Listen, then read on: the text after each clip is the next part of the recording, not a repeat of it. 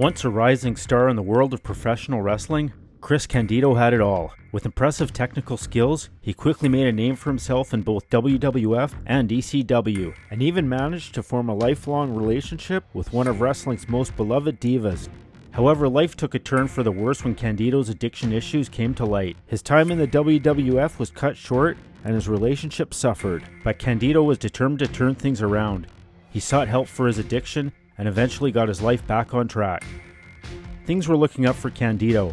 He once again was back on a major national wrestling stage. He had the potential to become a top star again, and his relationship was back on solid ground. Sadly, tragedy struck when he passed away at the young age of 33, following what should have been a routine surgery. Candido's untimely death was a devastating loss for the wrestling community. He will always be remembered as a talented wrestler with an infectious personality whose life was cut short far too soon.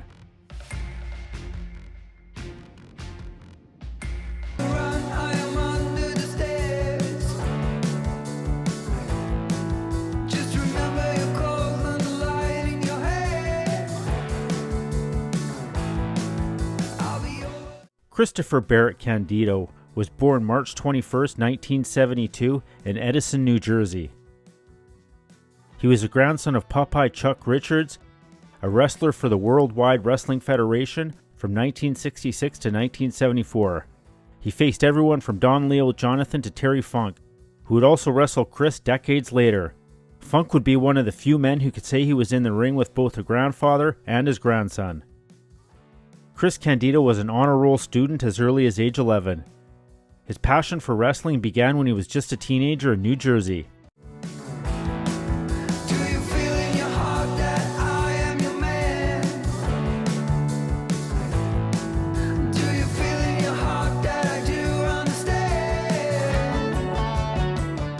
While attending Red Bank Catholic High School, he met and fell in love with Tammy Lynn Sitch, and the two began a lifelong relationship.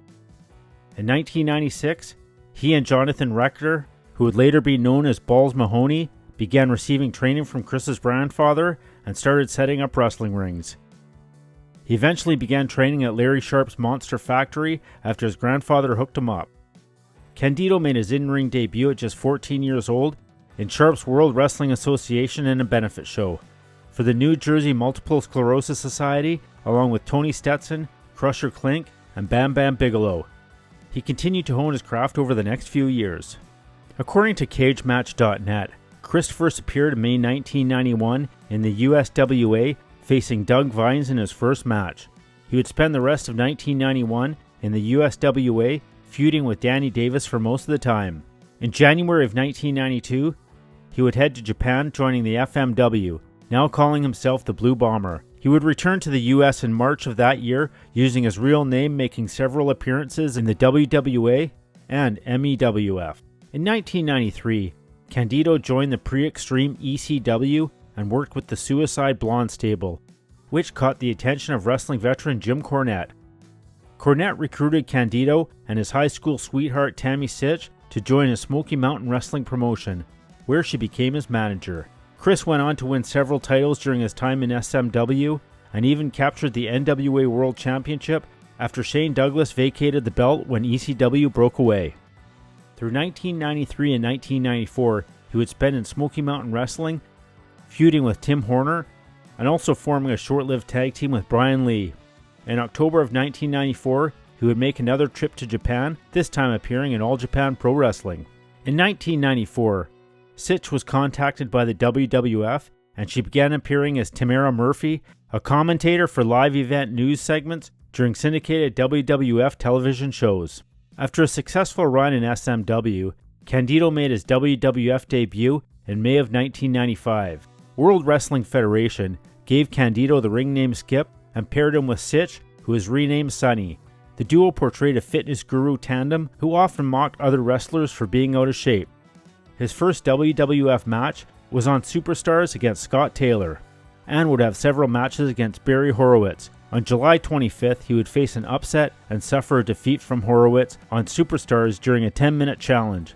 By September of 1995, he would be used mainly to put over other talent, from Hakushi to Fatu and even Marty Jannetty. Chris became frustrated with where he was going in the company and falling lower on the roster, even losing to Perry Horowitz again. On December 19th, he would make his first appearance tagging with Tom Pritchard, who was renamed Zip, as the Body Donnas with Sunny as their manager. This partnership led to Sunny becoming one of the biggest stars in the WWF, and in 1996, she even won PWI's Manager of the Year award. They would have several chances at the tag team titles against the Smoking Guns and would eventually capture the titles in a tag team tournament on March 31st, 1996. They would lose the titles to the Godwins, and Sunny would turn on them. However, their success in the WWF was short-lived. By September 1996, the Federation was going in a different direction and straying away from gimmicks like the Body Donnas.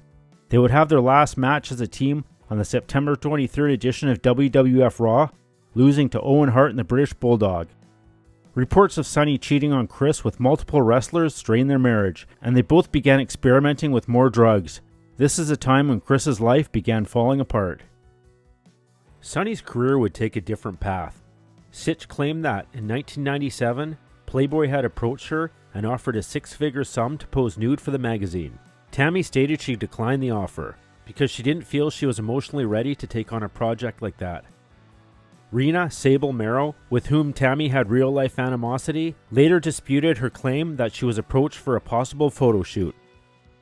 From 2000 to 2003, however, Sunny regularly posed nude for Missy Hyatt's adult website, Wrestling Vixens. And years later, she said she regretted taking part in the website due to the money she claimed she never received, as well as the sexual actions some of the other models performed in their own photo and video shoots. During her 3 years with the WWF, she would have relationships with Shawn Michaels and claims a British Bulldog as well. But Davey Boy Smith's daughter, Georgia, has denied it ever happened, and responded to Tammy Sitch's affair claims via Twitter. I have been contacted/tweeted about the whole Sunny affair regarding my dad. I don't want to give this topic any attention, but that is complete lies, and with what my brother, my mother, and what my family have been through, she should have more respect, she wrote.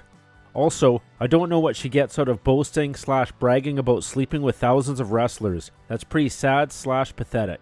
She continued, "Don't worry, I'm not letting it get to me, but I am aware of her comments, and she's got problems and likes attention." Ahmed Johnson would also claim to having a brief affair with Tammy, but she denied it in several interviews.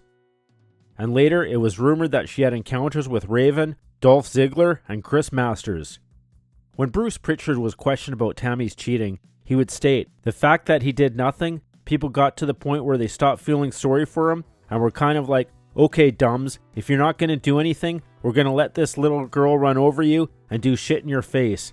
Then you don't deserve anybody to feel bad for you because you're letting it happen and you're not doing anything about it." During an interview with That's Wrestling, Justin Credible would state, "My experience, and I know Sean was with her. And Chris did know. I love Chris. Chris was the guy that helped me get into ECW. Chris was always a good friend. So one time we were in some town, and they had Sean Waltman and Billy Gunn watching Candido's match as Skip, and I think Tom Pritchard was there too. But whatever, that doesn't matter. But Shawn Michaels would sneak into Sunny's locker room because back then she was the only one on the road. So the women's locker room was strictly for Sunny. So Shawn would go in there and do his business. So they would watch out, and when the match was over, they would come and knock on the door. So one day she was wearing a very puffy, yet like something you would put this way. Shawn had a beard at the time. Literally shit would stick to his face from the sweater. They warned Shawn that he's coming through the curtain, and Shawn literally runs into Chris like crisscrossing Candido with white shit all over his face from her sweater, like literally, and goes like this. "Oh, sorry, kid." I gotta give him a sportsman slap in the ass, and runs off with all the white shit all over his face. Like, really, dude? You didn't catch that whole thing? So yeah, that's one story I have. But Shia was bad, man. She was real bad. She tried to have sex with me. When I stayed with them back in the day, we would travel together. And one day, they stayed at my mom and dad's house, and we were doing house shows, and they returned the favor. I was staying with them at Tammy's mom's house, and when Chris was in the shower, Tammy came up to me with a towel on, and I was sleeping on the floor, and she took the thing off and said, "F me right here." And being that I'm at my friend's house, I played it off like it was a joke, like she was ribbing, and I put the covers over my head. I'm like, "Stop, leave me alone, ha ha ha." She was dead ass serious, bro. I wouldn't do that to a friend, Invite me into your house to do that? It's just dirty. Sorry, nobody's that good looking, dude. And she was just like that. She was a bad human. And everyone's always like Chris Candido was the sweetest man in the world. In a revealing interview, Chris Candido's brother Johnny spoke about their time in the WWF and how it led to increased drug abuse.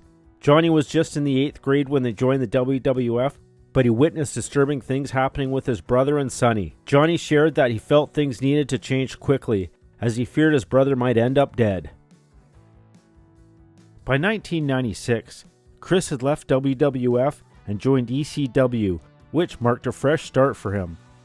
While Sonny only made limited appearances in ECW, Candido made himself a part of Shane Douglas' Triple Threat faction with Bam Bam Bigelow. Sitch then began acting as host for several WWF television shows, including Livewire, Shotgun Saturday Night. In addition, she appeared on MTV's Singled Out and Entertainment Tonight. Candido began wrestling as Chris Candido for ECW, where he formed a stable called the Suicide Blondes with Johnny Hotbody and Chris Michaels. Wrestling under the Freebird rule, the Suicide Blondes trio had 2 stints as the ECW Tag Team Champions in April and May 1993, first defeating Tony Stetson and Larry Winters, and then losing the titles to the Super Destroyers, only to regain them the same evening. They vacated the ECW Tag Team Championship in July 1993 when Candido left the promotion. He also had a long tag team title reign with Lance Storm before leaving ECW after 3 years. In 1998, Sonny became a babyface and briefly became the manager of the Legion of Doom 2000, leading them to win a tag team championship #1 contender battle royal at WrestleMania. Sonny would continue to manage them until she was released in July 1998 amid rumors and backstage problems with Rena Sable Marrow and an addiction to painkillers, and topping it off by no-showing several appearances. After being released by the WWF in 1998, Tammy joined ECW. She made her debut at Heatwave 4 days after her WWF release. Now billed as Tammy Lynn Sitch, she assisted Candido in his win over Lance Storm and their subsequent feud. By September, Storm introduced his own valet, a parody of Sitch, Tammy Lynn Bitch, played by Dawn Marie. Later that year, amid more rumors of drug use, Tammy and Chris took some time off of television. When the duo returned, Candido realigned with Shane Douglas' Triple Threat, and Tammy began a feud with Douglas manager Francine. The feud was cut short when Sitch was arrested after violating a restraining order filed by her mother. After a brief tour of Australia, she returned in October 1999 on an episode of ECW on TNN, where she talked openly about her past drug issues and recovery. Candido and Sitch left the promotion in December 1999. The duo went to work in WCW briefly in 2000. Candido debuted in March of that year, and Sitch debuted 1 month later at Spring Stampede, helping him win the WCW Cruiserweight Championship and a match against the artist formerly known as Prince Iaukea. She then feuded with Iakea's valet Paisley. The short-lived feud came to a conclusion at Slamboree when the artist and Paisley stripped Sitch's dress off to reveal her undergarments after Candido defeated the artist in a singles match. Sitch and Candido then briefly feuded with Crowbar and Daffney. Candido later dropped the title, which marked the end of the couple's run with the company. As in the past, Sitch's departure was surrounded by rumors of drug abuse. After being released from WCW, the duo landed in Extreme Pro Wrestling, where she managed Candido to a title once again.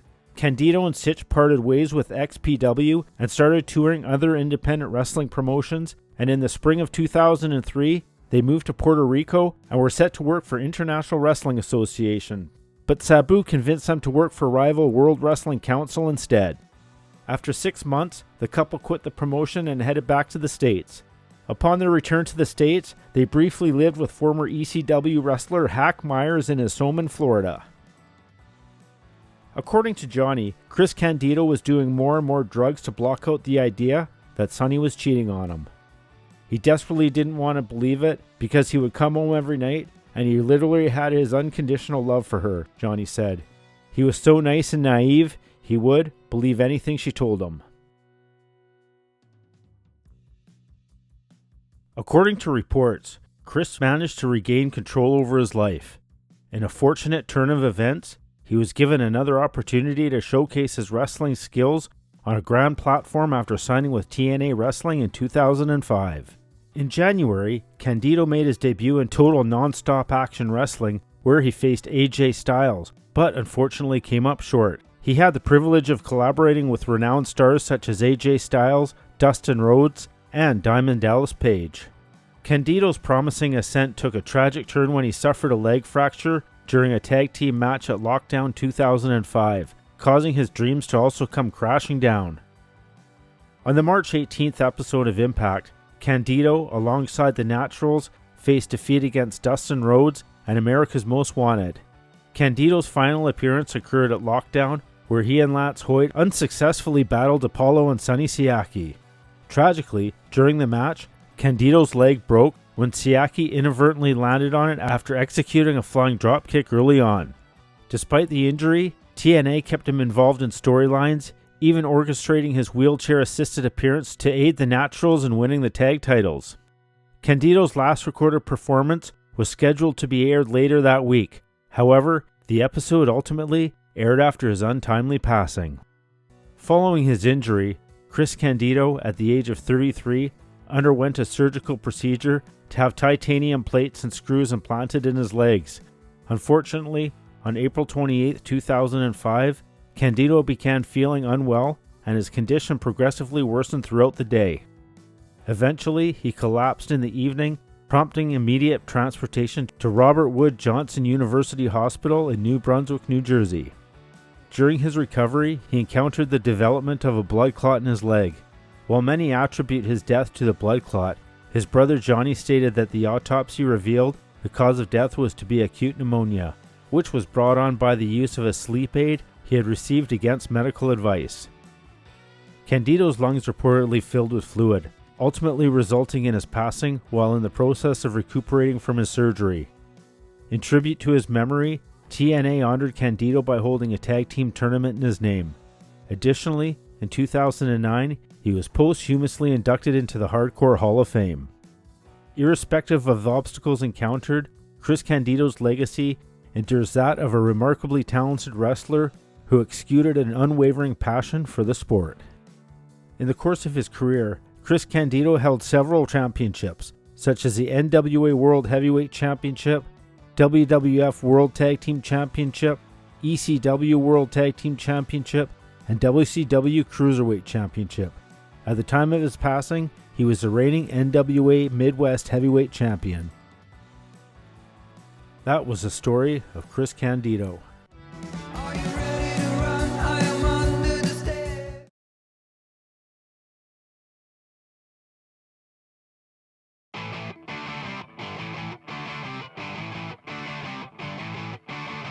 Shannon Spruill, also known as Shannon Ward and better known as Daffney or the Queen of Scream, was a professional wrestler, manager, and actor.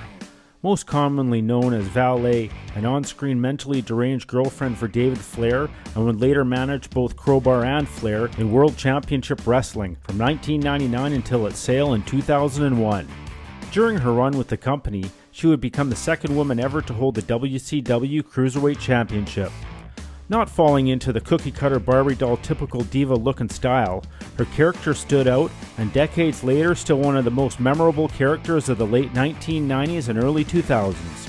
In 2003, she was diagnosed with bipolar disorder, which she made public. From 2001 until 2013, she would bounce around the independent circuit, making appearances in Dusty Rhodes Turnbuckle Championship Wrestling Camp, Extreme Pro Wrestling, Ring of Honor, Ohio Valley Wrestling, and Anarchy Championship Wrestling. She also made a handful of appearances in TNA. She became vocal about concussions in the professional wrestling industry. In the 2017 book, Sisterhood of the Squared Circle, The History and Rise of Women's Wrestling, she was quoted as saying concussions had ended her professional wrestling career and advised other wrestlers to rest after taking a blow to the head. In September of 2021, she took her own life after appearing on a live Instagram video and reading a suicide note. Many unanswered questions still surround her death, as intensified concerns within the business over mental health rose, especially with women performers. This is the story of Shannon Spruill, aka Daffney. Living on the highway, taking every turn. I've been on the road since I was 5. Shannon's parents met in England, where her father, who was in the military, was stationed. They married and moved to the Air Force Base in Germany. Her older brother was born on June 15, 1973, and Shannon was born on July 17, 1975, while living at the Air Force Base in Germany. In 1976, her family returned to the United States and initially settled in Salt Lake City. After 18 months there, they picked up and moved to Savannah, Georgia. From there, they moved to Scott Air Force Base in Illinois. She spent kindergarten and first grade at Central Elementary, then off to her mother's homeland in England, where they were stationed at Croughton Air Force Base near Oxford, and lived there for about 3 years. In 1985, she appeared in Santa Claus the Movie as the bratty kid in ballet class, which sparked her interest in acting. She was also an extra in the movie Insignificance. Throughout her childhood, she got to visit much of Europe and see where she was born. The family had only one TV station, but would watch Junkyard Dog, Jimmy Superfly Snuka, and George the Animal Steele on Saturday mornings. Her and her brother would watch and then practice slamming each other on the couch. Her father's last tour of duty was in Ramstein Air Force Base in Germany, where they lived during her 5th and 6th grade years. But then, in 1987, after 21 years in the Air Force, her father retired. He got a job and the family put their roots down in Atlanta. Sitting by my father for a million miles. Unfamiliar with civilian life, it took her a little getting used to not living on a base. She began 7th grade with no friends and was about 2 years behind in the latest fashion trends. She played soccer at Norcross Soccer Association and started making new friends. At this point, she also started to play the cello in the middle school orchestra. She began to love playing the cello and was extremely proud of her ability and continued to play through high school. She also played junior varsity soccer at her freshman year and then moved up to varsity. At this point, soccer was a very serious career option, but it wasn't in the cards. She graduated from Norcross High School in 1993. After high school, she went to community college, taking a full load which included some music courses. She stayed living at home, working at a local indie music store called Music Drome. In 1997, she performed with rock band Shock Lobo in the Georgia Music Festival Songwriter Showcase, winning an award in the rock category. After 2 years, she transferred to Georgia State and did well enough in her studies to keep a full academic scholarship. She graduated from Georgia State University on March of 1998 with a Bachelor of Arts degree, majoring in film and video production and music and acting. Upon graduation, her GPA was 3.3. A few months before she graduated, she went to work part-time as a production coordinator at a video production company. After she graduated, she switched to full-time Monday through Friday from 8:45 to 5 p.m. It was a great experience, but she decided that she wanted to seriously pursue acting, as her previous work on Santa Claus and Insignificance had stuck with her. She went to work freelance as a teleprompter operator to free up some time during the week for auditions. She also worked as a crew member on a few independent films. In a year, she hadn't landed anything solid, just a few indie films and a couple voiceovers. Picking up old stories on the ride. She got a call to audition for World Championship Wrestling. She flew to Minneapolis in November of 1999 to audition for a crazy stalker chick who was going to torment David Flair. When she got there, she was asked if she was available to play a 4-week reoccurring character. She did her first pre-tape about hosting the Nitro Party and then flew home the next day. 4 weeks turned into a contract that lasted until January 2nd, 2001. On May 8th, 2000, Daffney was appointed by Vince Russo to wrestle Miss Elizabeth in her first wrestling match. On May 15th, Daffney and Crowbar defeated WCW World Cruiserweight Champion Chris Candido and his girlfriend Tammy Lynn Sitch in a mixed tag team match where Candido's Cruiserweight title was on the line. Daffney scored the pin on Tammy to make her and Crowbar the co-champions. The following week on the May 22nd episode of Nitro, Crowbar and Daffney faced one another to determine the undisputed World Cruiserweight Champion. After Candido entered the ring and hit Crowbar with a reverse piledriver, Daffney inadvertently pinned him while trying to revive him and becoming the second woman ever to hold the Cruiserweight Championship. Her reign lasted until June 7th when Lieutenant Loco pinned Disco Inferno in a three-way title defense while Daffney was hurt following interference from Miss Hancock. Daffney's voice was an accident as she had just gotten her tonsils removed, and that's actually how her voice sounded at the time. In her first weeks with WCW, she expressed an interest in learning her newfound trade. The sports entertainment bug bit her with a mix of athleticism and performing got her. She went down to the power plant a few days a week to get schooled and to practice screaming. Crowbar and a few of the boys in the back also worked with her in the ring on TV days. One of Daffney's trademarks was a piercing scream when she was lurking at ringside. The gimmick was based on Mallory Knox, the character from the movie Natural Born Killers. She also had started to work out at Main Event Fitness, Lex Luger's gym in Marietta. Daffney's gimmicks included frequently changing hair color, t-shirts printed with bizarre slogans, and her loud screams. The latter, which was a suggestion of WCW head writer Ed Ferreira. She was released by WCW on February 2nd, 2001 due to budget cutbacks. WCW was purchased by its rival, the World Wrestling Federation, a month later. I've been counting shadows to the beat of the radio I feel. After she left WCW, she decided to continue her career and spent the next 8 months attending Dusty Rhodes Turnbuckle Championship Wrestling Camp in Georgia. She also worked for Extreme Pro Wrestling in 2003 as Lucy, the manager of Vic Grimes. She would also make appearances in Ring of Honor, where she debuted on April 26, 2003 as Lucy, the second valet of the Second City Saints. In July of 2003, she was signed to a developmental deal by World Wrestling Entertainment. She worked in Ohio Valley Wrestling as a manager of Aaron Stevens until she was released on December 17th of that same year. She decided to retire from professional wrestling. Intending to focus on her acting career, she sold her wrestling boots to then roommate Mickie James.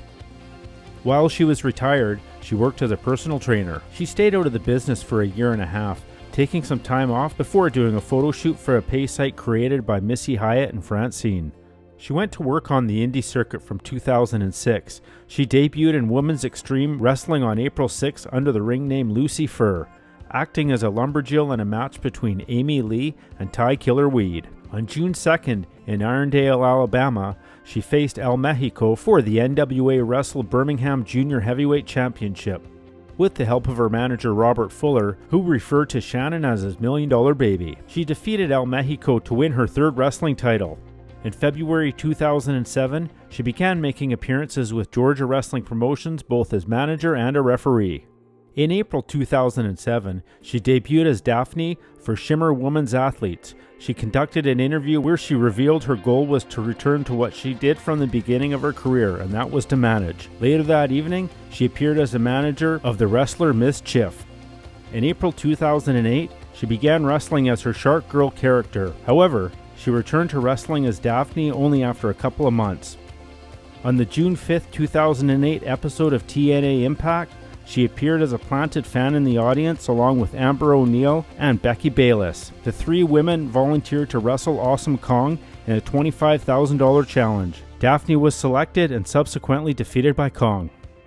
Towards the end of 2008, she got a call from TNA to appear as the Alaskan governor and vice presidential candidate Sarah Palin in an angle between the Beautiful People and Roxy Laveau and Taylor Wilde. She portrayed the Alaska governor Sarah Palin in skits involving the Beautiful People on the January 15, 2009 episode of Impact.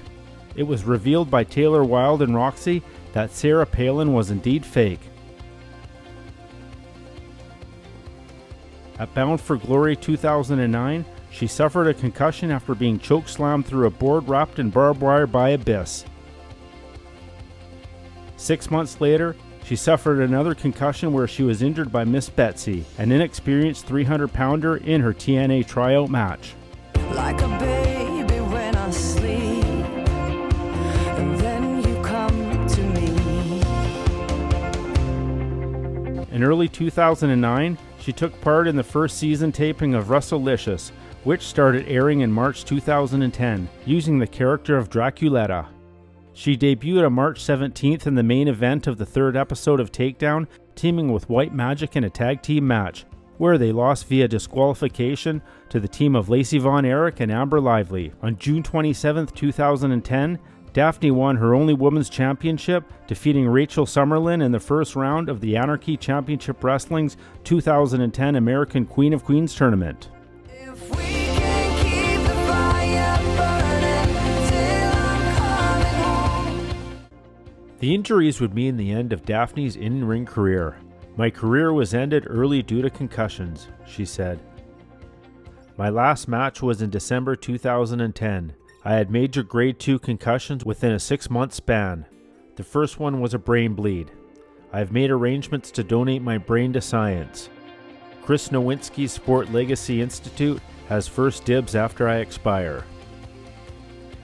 Anytime I hear some girl hit her head, I can say, cancel your next freaking booking. You rest. No working out. Just light walking and stretching, but no physical exertion where the blood is going to rush to your brain. Because it's dangerous, I definitely did things in my career that I wish I would have had the balls to say no to," she said. "I went through barbed wire, thumbtacks, and tables. You can say that takes balls, but it takes more balls to say no. Your health is too important." She stopped wrestling in 2010 due to her injuries. Witnessing Bret Hart's career ending before her eyes when he was kicked by Goldberg, she realized her career could end in a similar way.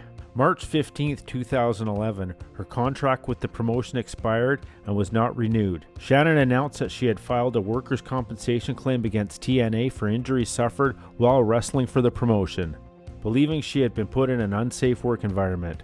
Shannon also later claimed that she did not believe she could ever wrestle again due to the accumulated injuries she had suffered during her career. TNA's head of talent relations, Terry Taylor, reneged on a promise to cover Daffney's hospital fees that stemmed from a laundry list of injuries: 3 concussions, a broken arm, a deeply bruised sternum and stinger caused by reckless in-ring stunts, and then fired her when she took the legal remedies at her disposal to force their hand. Don't want another storm to ride. On July 19, 2011, Shannon was arrested in Hillsborough County, Florida for driving under the influence with property damage. She pled guilty to the charges, for which she was sentenced to 1 year of probation and fined $1,580. In 2012, she was involved in a serious car accident in Florida. She credited wearing a seatbelt for having saved her life. On March 8, 2013, the lawsuit against TNA was settled out of court. Daffney had this to say about her welcome legal victory on Twitter. "I'd like to take this opportunity to sincerely thank all the love and support over the past 2 years. I appreciate so much that you recognize the huge injustice that is being done to professional wrestlers throughout the industry. I hope my case has opened up a few eyes, and maybe now we, the wrestlers who put our bodies on the line every time we step into the ring, are one step closer to being provided with medical coverage and all the benefits that go along with being a true employee and not an independent contractor." Despite retiring in 2011, in July 2012 she began working as a hostess of the new Shine Wrestling promotion. She held the position until May 2013, when she returned to the role of a manager. Also in 2013, Daffney returned to Shimmer Woman Athletes at the promotion's first ever internet pay-per-view, Volume 53, where she appeared as a manager of Regeneration X. She also appeared in 2018 in Ring of Honor after a Woman of Honor World Championship tournament final between Sumi Sakai and Kelly Klein, congratulating Sakai on her victory. In 2018, Daffney made what would be her only non-archival WWE appearance when she was in the crowd and acknowledged by Mick Foley during his WWE Network stand-up special 20 Years in Hell held at Mr. Spall's Theater in Pennsylvania, which was taped on the 20th anniversary of the infamous Hell in a Cell match that took place in Pittsburgh at the Civic Arena. Shannon had surgery in January 2017 to fuse her C5 and C6 vertebrae to fix an extrusion that was pressing upon her spinal column. She subsequently wrote that neck surgery was a rite of passage for professional wrestlers. Later, Shannon became vocal about concussions in the professional wrestling industry. In the 2017 book, Sisterhood of the Squared Circle, The History and Rise of Women's Wrestling, Shannon was quoted as saying concussions had ended her professional wrestling career and advised other wrestlers to rest after taking a blow to the head. She says the effects the concussions had on her day-to-day life were obvious, such as having to cover the windows with blankets because bright lights gave her headaches. In a live stream video posted the day she died, she said, "I want the future generations to know, don't do stupid shit like me." On September 1st, 2021, Shannon streamed a live video through Instagram in which she read a suicide note, holding what appeared to be a pistol and requesting that her brain be donated for CTE testing. Fans took to social media to support Shannon, and law enforcement were dispatched to previous known addresses until her family were able to provide an updated address. Her death was announced online the following day by Shimmer wrestler Lexi Fife at Shannon's family's request. An official for the Gwinnett County, Georgia Medical Examiner's Office also confirmed her death but did not disclose the cause. A report from the police department indicated that she had died of an apparent gunshot wound to the chest. Her autopsy results were released in March 2022 and revealed that her death had been ruled a suicide, and it was also reported that her brain had been taken to the Boston University CTE Center and Brain Bank for analysis. USA Today wrote that her death intensified concerns within the business, especially among women performers, noting that wrestlers Ashley Mazzaro and Hana Kimura had also died by suicide in the preceding 2 years. Industry veterans Mick Foley and Kane included the phone number for the suicide hotline in their tweets, while Paige used the hashtag #MentalHealthMatters, and CM Punk encouraged people to ask for help. Mental, physical, spiritual, and emotional. Take care of each other. Mike Johnson of Pro Wrestling Insider encouraged industry leaders to make permanent changes regarding mental health care, comparing it to WWE instituting its wellness policy after the 2005 death of Eddie Guerrero. While WWE does not provide psychological and psychiatric services for contracted performers, cheerleader Melissa pushed for other promotions to provide services for their wrestlers. A video published on September 10th revealed Shannon was cremated and a mass was held in her memory. Awesome Kong subsequently dedicated her induction into the Impact Hall of Fame to Shannon on September 18th.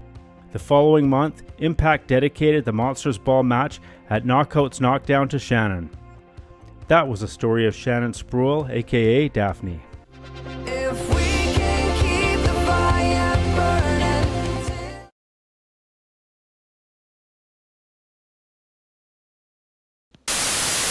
Edward Fatu, known to his friends and family as Eki, performed under the ring name Umaga.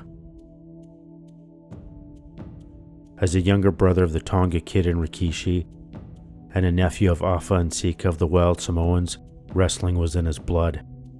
He made his in-ring debut in 1994 in his uncle's promotion, World Extreme Wrestling. He would appear in Frontier Martial Arts Wrestling in Japan, when him and his cousin Matt formed a tag team calling themselves Armageddon. They would later join the WWF and be known as 3 Minute Warning. Throughout his career, he would perform under several ring monikers such as ECMO, Jamal, but most notably from 2006 to 2009 in the WWE, where he wrestled as Umaga and would reach main event status. Arguably one of the highlights of his career was WrestleMania 23, when he represented Vince McMahon in the Battle of the Billionaires. He was released from his contract in WWE after violating its wellness policy and refusing to enter treatment. He wrestled his last match in November 2009 on the Hulkamania Tour in Australia. The next month he would be found unresponsive by his wife and taken to hospital, where he was pronounced dead. According to his autopsy report, a combination of heart disease and a deadly mixture of 3 different types of prescription medication led to his untimely passing. Eddie was a continuation of a disturbing pattern of wrestlers passing before the age of 40 due to drugs or painkiller abuse. Umaga is the Samoan meaning for the end, which is a tragic parallel to the life of Eddie Fatu. At the time, many considered him to be the best worker in the family. During his relatively short run as Umaga throughout WWE's Ruthless Aggression era, he became one of the most unforgettable characters to fans, but seemingly forgotten by the company after his passing. Known in the ring as the Samoan Bulldozer, but behind the curtain he was known as one of the most sweethearted men in the industry. This is the story of Eddie Fatu. Professional wrestler Edward Fatu, who performed under the name Umaga, died Friday at a Houston hospital, said a WWE spokesman. A family friend said Fatu was found unresponsive at home by his family and never regained consciousness. Doctors indicated that he died of a heart attack. He was just 36.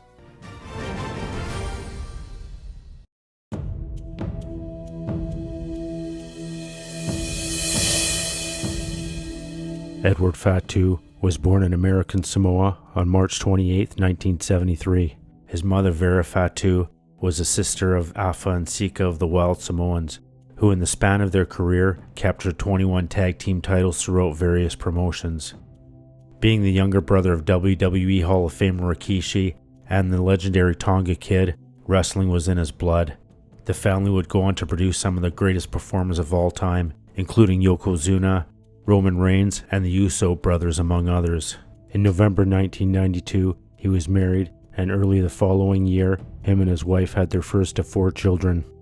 He trained under his uncle Afa and began wrestling in his World Extreme Wrestling promotion in 1995. He formed a tag team with his cousin Matt, who would later be known as Rosie. He had tremendous agility, speed, and endurance for his size. According to The Observer, Kim Wood, an assistant coach with the Cincinnati Bengals at the time, commented upon seeing him work on Les Thatcher shows that somehow he must have slipped through the system because a guy that size and agility should be in the NFL. He and his cousin Matt dominated the tag team division everywhere they went.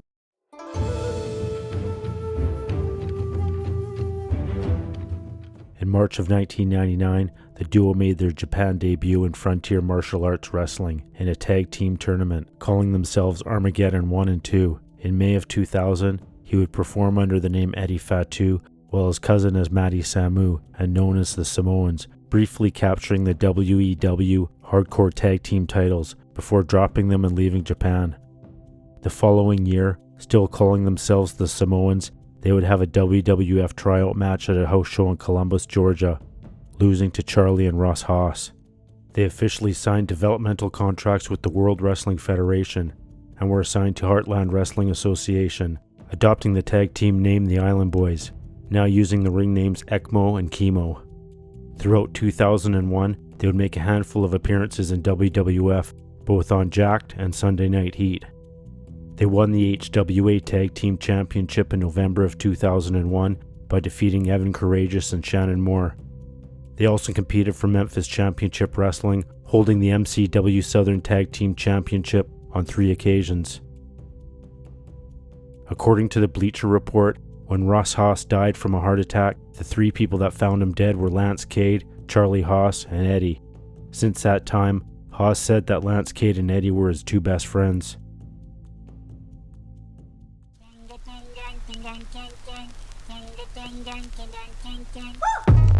While the WWF changed its title to the WWE, the cousins would also be given new names. Eddie was renamed Jamal and Matt renamed Rosie, and they made their main roster debut on the July 22, 2002 episode of Raw as 3-Minute Warning, a team of nefarious hoodlums. They were hired as enforcers for Eric Bischoff, attacking random wrestlers each week. After Bischoff gave people 3 minutes to entertain him, or they would face being ambushed by the duo. They attacked countless wrestlers at the command of Bischoff, including D'Lo Brown and Sean Stasiak. The team had a memorable run as 3-Minute Warning. Their last match was on Sunday Night Heat on May 26, 2003, losing to Maven and Tommy Dreamer. The WWE dropped the angle. He was released and the company began filling its roster with new talent from its developmental territory.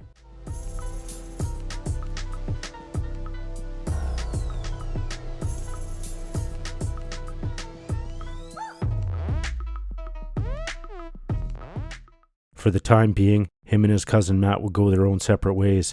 Matt would remain in the WWE and embark in a superhero in training angle with Gregory Helms. To avoid any legal issues with WWE, Eddie would change his ring name from Jamal to ECMO and wrestled a handful of matches in MLW, teaming with both Mana and Samu. In October of 2003, he would sign with TNA and form a team with Sonny Siaki. Later that year, he would return to All Japan Pro Wrestling as Jamal, forming several short-lived tag teams with Just Incredible, Teo Key, Buchanan, and D'Lo Brown. He would spend most of 2004 and 2005 working for All Japan Pro Wrestling, but would make brief appearances during his trips back to the US and TNA, as well as a handful of appearances for NWE during their Destiny tour in Europe. He returned to WWE in December 2005, signing a new deal. At first, the plans were he and his cousin Matt were rehashing their 3-minute warning gimmick, but after seeing him in a squash match and the improvement he had made in the ring, Vince McMahon decided to pull the plug on the plans and groom him for a big run as a singles wrestler, now calling himself Umaga. He would be featured as a Samoan character, similar to that of his uncles, uncontrollable and spoke no English, which made it impossible for a ref to do anything about his attacks. According to The Observer, an idea was constructed that Gary Hart would form a heel stable with Umaga as its top gun called Black Friday Management. The concept was to portray Gary Hart as a Don King type with a criminal vibe and dress him like Suge Knight with a mob-style business suit, with the idea that he was independent of WWE and bringing talent to the organization. There was also an idea that Hart would be accompanied by a hot Asian girl based on Gogo Yubari, the Catholic schoolgirl assassin in Kill Bill. Hart felt he physically couldn't do it and had moved on. Vince McMahon was never warmed to the idea because Hart was originally going to be the manager of Earthquake John Tenta at one point. Hart showed up at the airport in the city for his debut taping and nobody was there to pick him up. When he finally got to the arena, already mad about the treatment, he got into an argument with Jay Strongbow, left the building and went home. Hart still followed wrestling until his death, but had no interest in being a part of it. He was paired with Armando Estrada, and the two ended up having good chemistry. Over the next year, Umaga and Armando ran over mid and lower card WWE talent. During his first year with the company, many observers noted that he moved quicker and better than any other man his size. His gimmick and heritage combined made him a shoo-in for the top tier of the WWE. Estrada was a great talker, and they didn't want Umaga to speak English in order to get over the savage gimmick. Later they spent literally months trying to figure out some sort of way to get him to speak, and then suddenly one day out of nowhere he just cut a normal promo. Umaga gained victories over all of Raw's top performers including Triple H, Shawn Michaels, and John Cena, who was still champion at the time. He also ended up sending Cade to SmackDown after winning a loser leaves Raw match.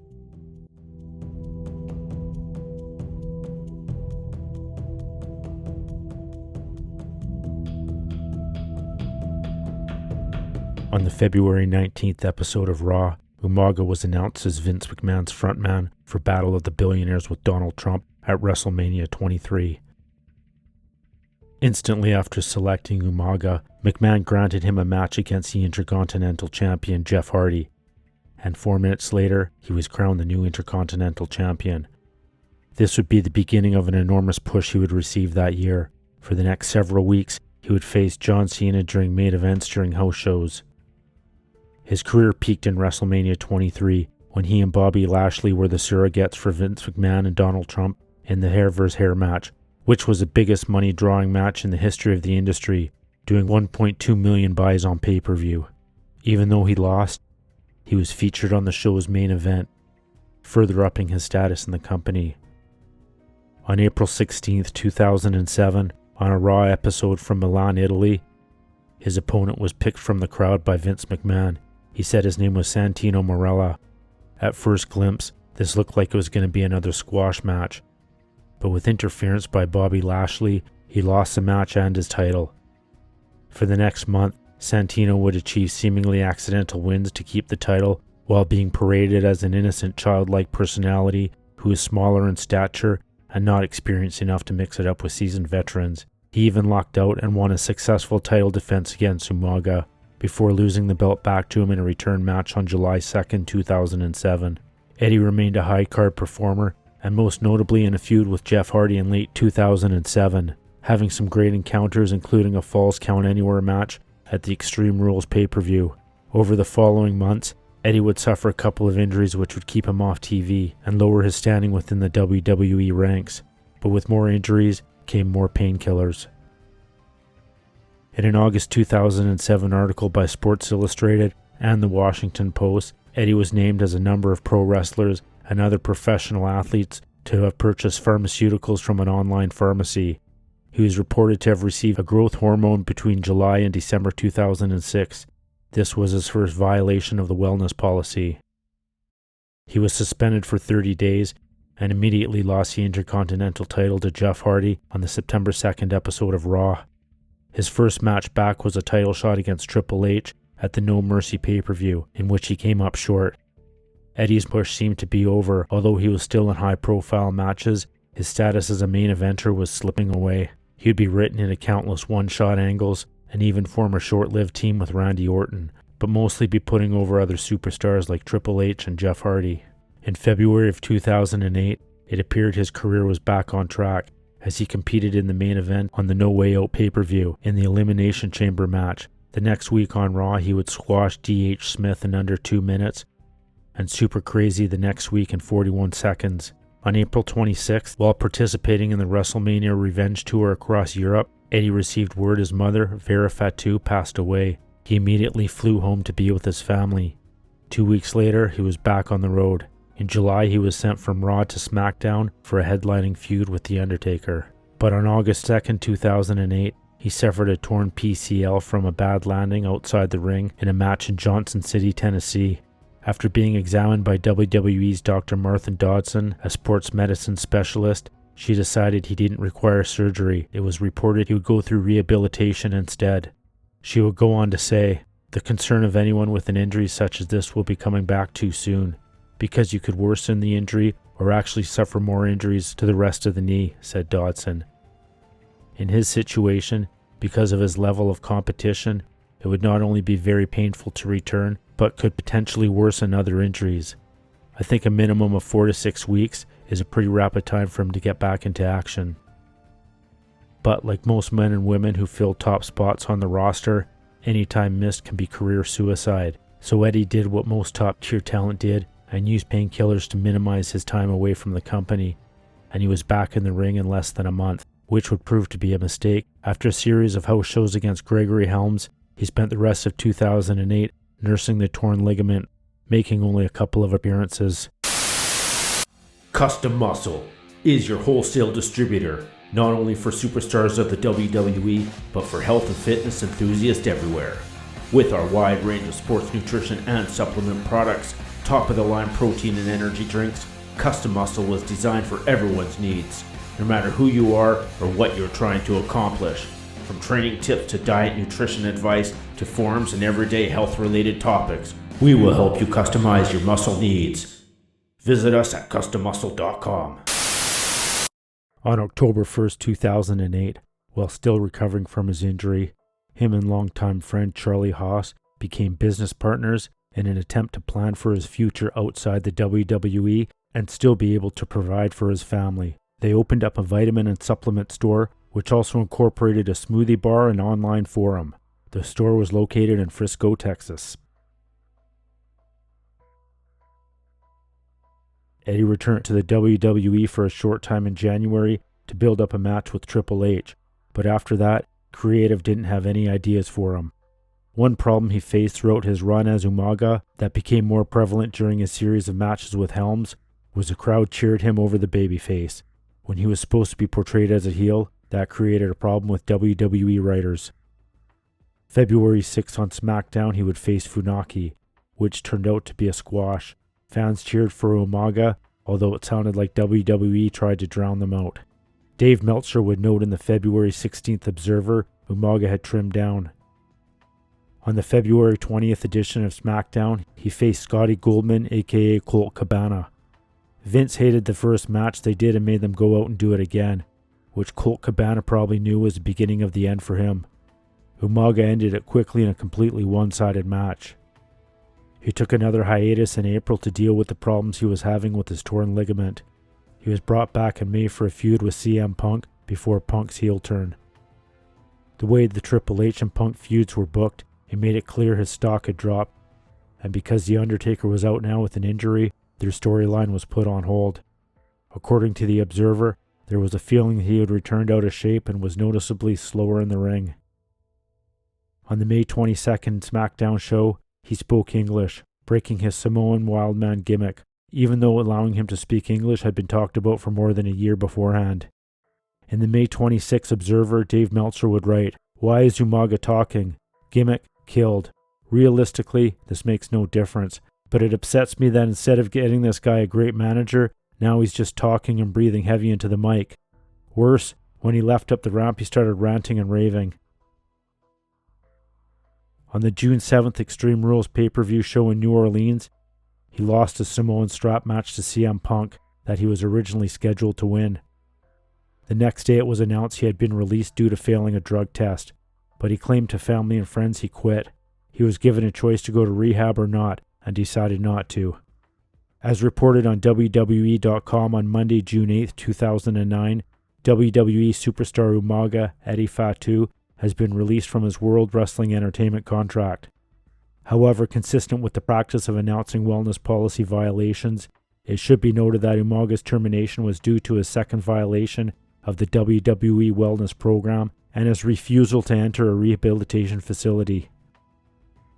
But the chance to return would come when he signed to do the Hulkamania tour. He was one of several of the wrestlers on the tour contacted by the WWE with pressure put on them not to do the tour. However, all the names announced, including Eddie, had signed contracts, so he kept his commitments. He was expected to return at the next year's Royal Rumble. Everyone liked him, and Hogan said that he wanted to get him into TNA. There was certainly interest from that side, but Eddie told people there was no way he was going there and that he was heading back to the WWE as soon as the tour was over. He told others on tour that he had too much loyalty to the McMahons, in particular saying that he felt a degree of loyalty to Stephanie and Triple H, who gave him his biggest career opportunity, and that he would be returning there even though Hulk Hogan was still attempting to recruit him. His final match was on November 28, 2009 in Sydney, Australia. He had just returned home from the tour when he suffered a heart attack at his home in Texas. He was found by his wife on December 4th, and despite their best attempts, paramedics were unable to revive him. The heart attack was so severe that the family was called once he was admitted into the hospital and told to fly in because he wouldn't last much longer. He was being kept alive through life support, but suffered a second heart attack the next day. The final autopsy report listing his death as accidental, caused by acute toxicity due to the combined effects of somas, Vicodin, and Valium. He also had heart issues, including an enlarged heart, which is common among young wrestlers' deaths, as well as kidney failure, and his liver went into shock, likely from the heart attack. There is no evidence of him having consumed alcohol the night he died. His death was a major heartbreak to the family, which had a series of tragedies in a short period of time, including the death of Vera Fatu, his mother, and the sister of Afa and Sika 7 months earlier from cancer. Afa wrote, "On behalf of my family, we are devastated and shocked by the loss of our Eki, our son, nephew, brother, cousin, husband, father. Our hearts are broken and words can't express what each of us are feeling. It is so comforting to know how loved Eki is by his family, peers, friends, and most of all his fans. When I received that AM phone call that my nephew was in the hospital, I dug deep and prayed and cried and begged for a miracle.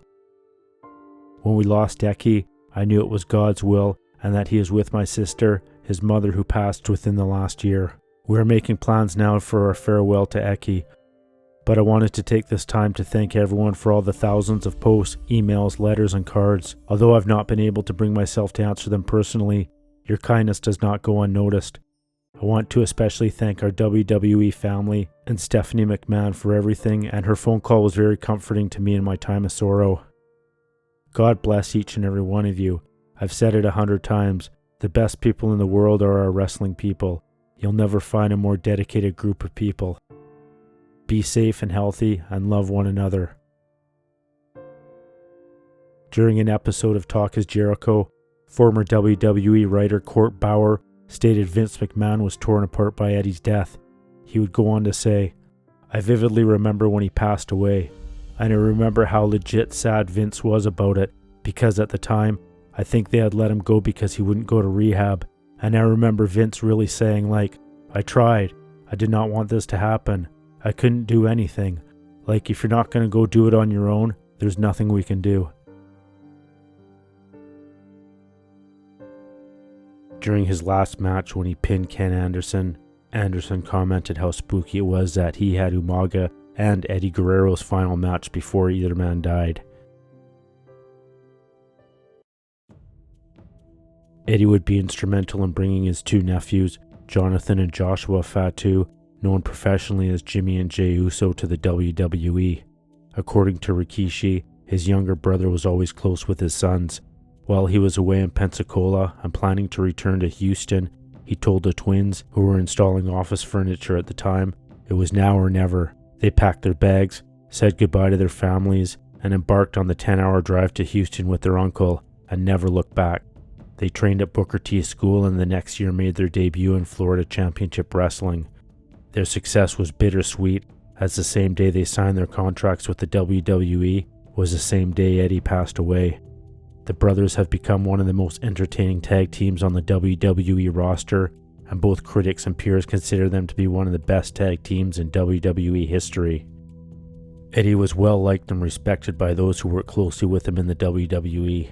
Despite his previous tenure and respect within the company, WWE did not acknowledge his death on television in any way, which one can speculate was for PR reasons, which will forever remain a sore point with some of his family members and his fans around the world. In the 2009 awards issue of The Observer, Dave Meltzer would list WWE not acknowledging the death of Umaga on TV, the number 4 most disgusting promotional tactic. Eddie leaves behind a legacy in the Samoan dynasty that many say is one of the biggest contributions of this decade, not only making a huge impact during his time as an upper-card talent, but without Eddie, the Uso brothers could very well still be assembling office furniture. As well, in following family tradition, his son Zilla is currently training at Booker T School in Texas and hopes to join his cousins in the bloodline. That was the story of Eddie Fatu.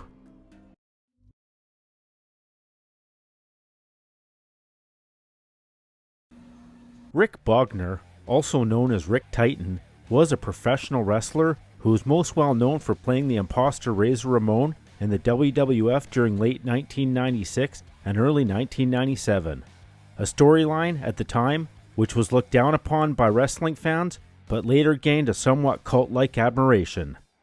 Alongside the fake Razor gimmick, a young Glenn Jacobs would also play the part of an imposter Diesel. At the time, the real men behind the gimmick, Scott Hall and Kevin Nash, had jumped ship to competitor WCW, and the World Wrestling Federation was scrambling to recapture the viewers' eyes that wandered to the competition as Hall and Nash were about to be part of one of the biggest storylines ever in the history of sports entertainment. Rick would make his final appearance in the WWF in early 1997 and made his way to the USWA, still using the Razor Ramon gimmick, but would soon give it up and begin using the name Rick Titan, before leaving the company altogether once his one-year contract expired. His career began in the Canadian Indies and was a regular in frontier martial arts in Japan, wrestling under the name Big Titan. He would also make appearances in CWA, WAR, ECW, AAA, WWC, New Japan Pro Wrestling, and eventually returned to Canada during Stampede Wrestling's revamp in 1999. He would also perform under various other monikers such as Mega Mask, Razor Rick, Rick Titan, and Ty Doe. After retiring from wrestling, he became an author and a motivational speaker and was known for his huge heart. Imagine when you die, people use the word fake to describe you, even though you spend a lifetime dedicated to your passion, but only remembered for a very small portion of your life's work. This is the story of Rick Bogner. He was known as Big Rick to many in the wrestling community, a giant of a man with a big heart. That's what friends say about a former professional wrestler from Calgary who died unexpectedly last month. Tyson Fedor reports. Rick Titan Bogner, also known as Razor Ramon II in the WWE, died suddenly September 20th from a heart attack. Bogner retired from wrestling in 2000 after suffering career-ending injuries to his neck and back. I know that in the past he'd had some additions with some problems with painkillers. Pain he continually felt until his death. After wrestling, he became a motivational speaker. You want to be a great leader. Let's try that again. Are you ready? Bogner was 49.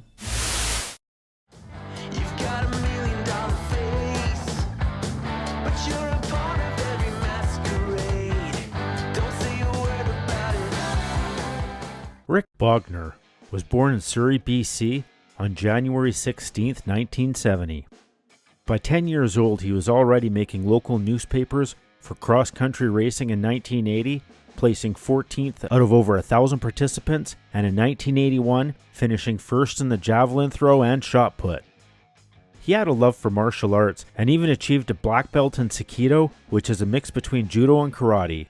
He became a wrestling fan at the age of 16 when he saw a match between Ric Flair and Ronnie Garvin. Already towering most of his peers at 6'5" and weighing 250 pounds, he decided that would be a viable career path. He graduated from Earl Marriott Secondary in Surrey and began digging around trying to find ways to get into the business. According to Rick, he had a friend of a friend whose wife worked in a bank with someone who was married to a wrestler in Vancouver's All-Star Wrestling. He attended local All-Star Wrestling shows in Cloverdale, but according to Rick, it was pretty hokey-doke wrestling. But when he watched Stampede Wrestling from Calgary, he knew that was in a different league. At 18, he packed his bags and headed to Calgary, Alberta, Canada. He enrolled in Mount Royal College in Calgary studying English, literature, and psychology, but still had his heart set on pro wrestling and dropped out after one semester. At 6'6", he couldn't handle sitting in a tiny little desk. He began training with the Hart family and attending Stampede Wrestling shows, but would soon suffer a setback after he broke his ankle attempting a backflip off the top rope, trying to imitate Tom McGee. Around this time, Stampede Wrestling was shutting down. He would spend the next 2 years as a bouncer in different bars on Electric Avenue in Calgary and bouncing around the limited independent promotions in Western Canada. In 1989, he would end up in West 4 Wrestling Alliance in Winnipeg, Manitoba, building his ring resume facing everyone from Ken Patera to Sheikh Hadan Al-Casey. During his time with Stampede Wrestling, he met Ricky Fuji, who he would develop a personal friendship with. In 1991, Ricky passed a tape of Rick to Onita, who ran Frontier Martial Arts, who at this time was on the hunt for big North American wrestlers, and before he knew it, he was debuting in FMW as Big Rick Titan. On January 15, 1992, the day before his 22nd birthday, he became the FMW heavyweight champion. He would hold the title for 15 days, dropping it to Tarzan Goto. Rick found a great deal of success in Japan both as a single star and forming a dominating tag team with Mike Awesome. In 1994, he spent 6 months wrestling in Austria and Germany and CWA. He made a brief return to Canada working for Canadian Rocky Mountain Wrestling, feuding with Bad News Allen, and becoming the CRMW heavyweight champion, while splitting his time appearing in War, Wrestling, and Romance in Japan, going back and forth every 2 weeks. In the summer of 1996, after receiving a call from Sabu, he appeared in ECW. Back in the locker room, Rick did his Razor Ramon impersonation as a joke, and Paul Heyman saw dollar signs. They made a plan to play a prank on Shane Douglas, who had real-life heat with Scott Hall at the time. There was an incident before a show when the crew and talent would communicate with walkie-talkies while preparing for the event. Rick got on with an unsuspecting Shane Douglas, who was also one of the bookers at the time, and did the Scott Hall impression. He got him. Shane told him to do it in the ring. Rick slicked his hair back, put on a vest he had from Germany, had a toothpick in his mouth, and came out to the Lowrider by War and called himself Slice and Dice Ramirez, as a play on serial killer Richard Ramirez. Simultaneously, Bret Hart was lobbying the WWF to give Rick a shot. Paul Heyman was in Bruce Pritchard's ear telling him about Rick's spot-on Razor Ramon imitation. In August of that year, he appeared in a dark match on WWF Raw in Columbus, Ohio, defeating Frank Stiletto. Rick thought it went well, but didn't hear anything back and just went on with his life.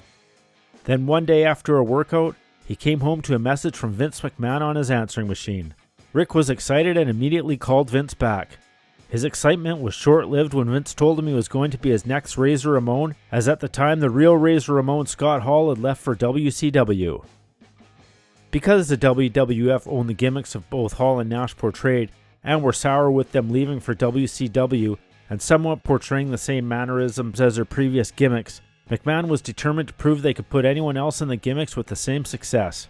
Rick had two choices, either go along with the idea, or tell Vince McMahon to forget it, and possibly blow any chance of ever making it to the WWF, so he packed his bags and headed for Stamford, Connecticut. Rick was now making double the money he was making in Japan, Expecting a lot of heat in the locker room, Rick would comment on how Shawn Michaels even gave him pointers on how to throw punches more like Scott Hall. But according to Rick, Vince taught him most of Scott's mannerisms, from how to walk to how to look at the crowd. Vince was obviously angry over Hall and Nash jumping ship to his competitor WCW, and had an attitude he created the Razor Ramon and Diesel gimmick and made Hall and Nash headliners, and could do it again. Little did he know, the new positions Hall and Nash were now in the NWO were about to change wrestling forever. In early September 1996 on Raw, Jim Ross, who had now turned into a heel character, announced Razor Ramon and Diesel would be returning to the WWF. After walking in front of live fans for the first time, Rick would admit the crowd was a lot worse on him than he thought they would be. As he walked past a disappointed look on fans' faces, swearing at him, calling him a fake, and chanting they wanted Scott Hall back. He realized this might have been a mistake. Rick still tried his best to sell the gimmick as best as he could. It was bittersweet. He made it to the WWF, which was his dream, but knew this wasn't going to last. In the September 16, 1996 Wrestling Observer, Dave Meltzer would write, WWF created a story of Razor Ramon and Diesel returning as an attempt to try and get ratings in a Monday night battle that the company has consistently lost, in a running angle that became the top item of interest in the company, thus overwhelming its hype for the coming pay-per-view show. Jim Ross said he had the biggest news story of his 20-year career and would reveal it on the hotline. However, in doing so, he revealed later in the show that Razor Ramon and Diesel were negotiating to return to the WWF. He said he'd have more details on the hotline, and there'd be more information over the weekend on Mania, Action Zone, and Raw. On the hotline, which no doubt did near-record business, Ross basically said negotiations were taking place, and he had got this information from his best source. Despite hype to the contrary, there were no updates on either Mania or Action Zone, as both shows are taped the previous Tuesday, and Vince McMahon didn't even come up with this angle until Thursday, at which point very few in Titan were clued in on what was going on, and most in the company were stunned by Ross's announcement on the show. On the Monday afternoon, McMahon sent a post online in continuation of this angle, saying that Ross would be forced to apologize for the statements, doing the swerve that they were dropping the angle since most people by this point knew Hall and Nash weren't going back. However, on Raw, Ross said he apologized because his comments upset delicate negotiations with Ramon, but that he was standing by his story and that negotiations with Diesel were still going strong. He continued to promise before every commercial break to have more on the story and at the end of the show as a way to keep viewers and hit the angle hard against the end of the show. Kevin Nash and Scott Hall knew nothing of this angle, finding out amidst a ton of commotion within wrestling while appearing on Friday night at the WCW house show.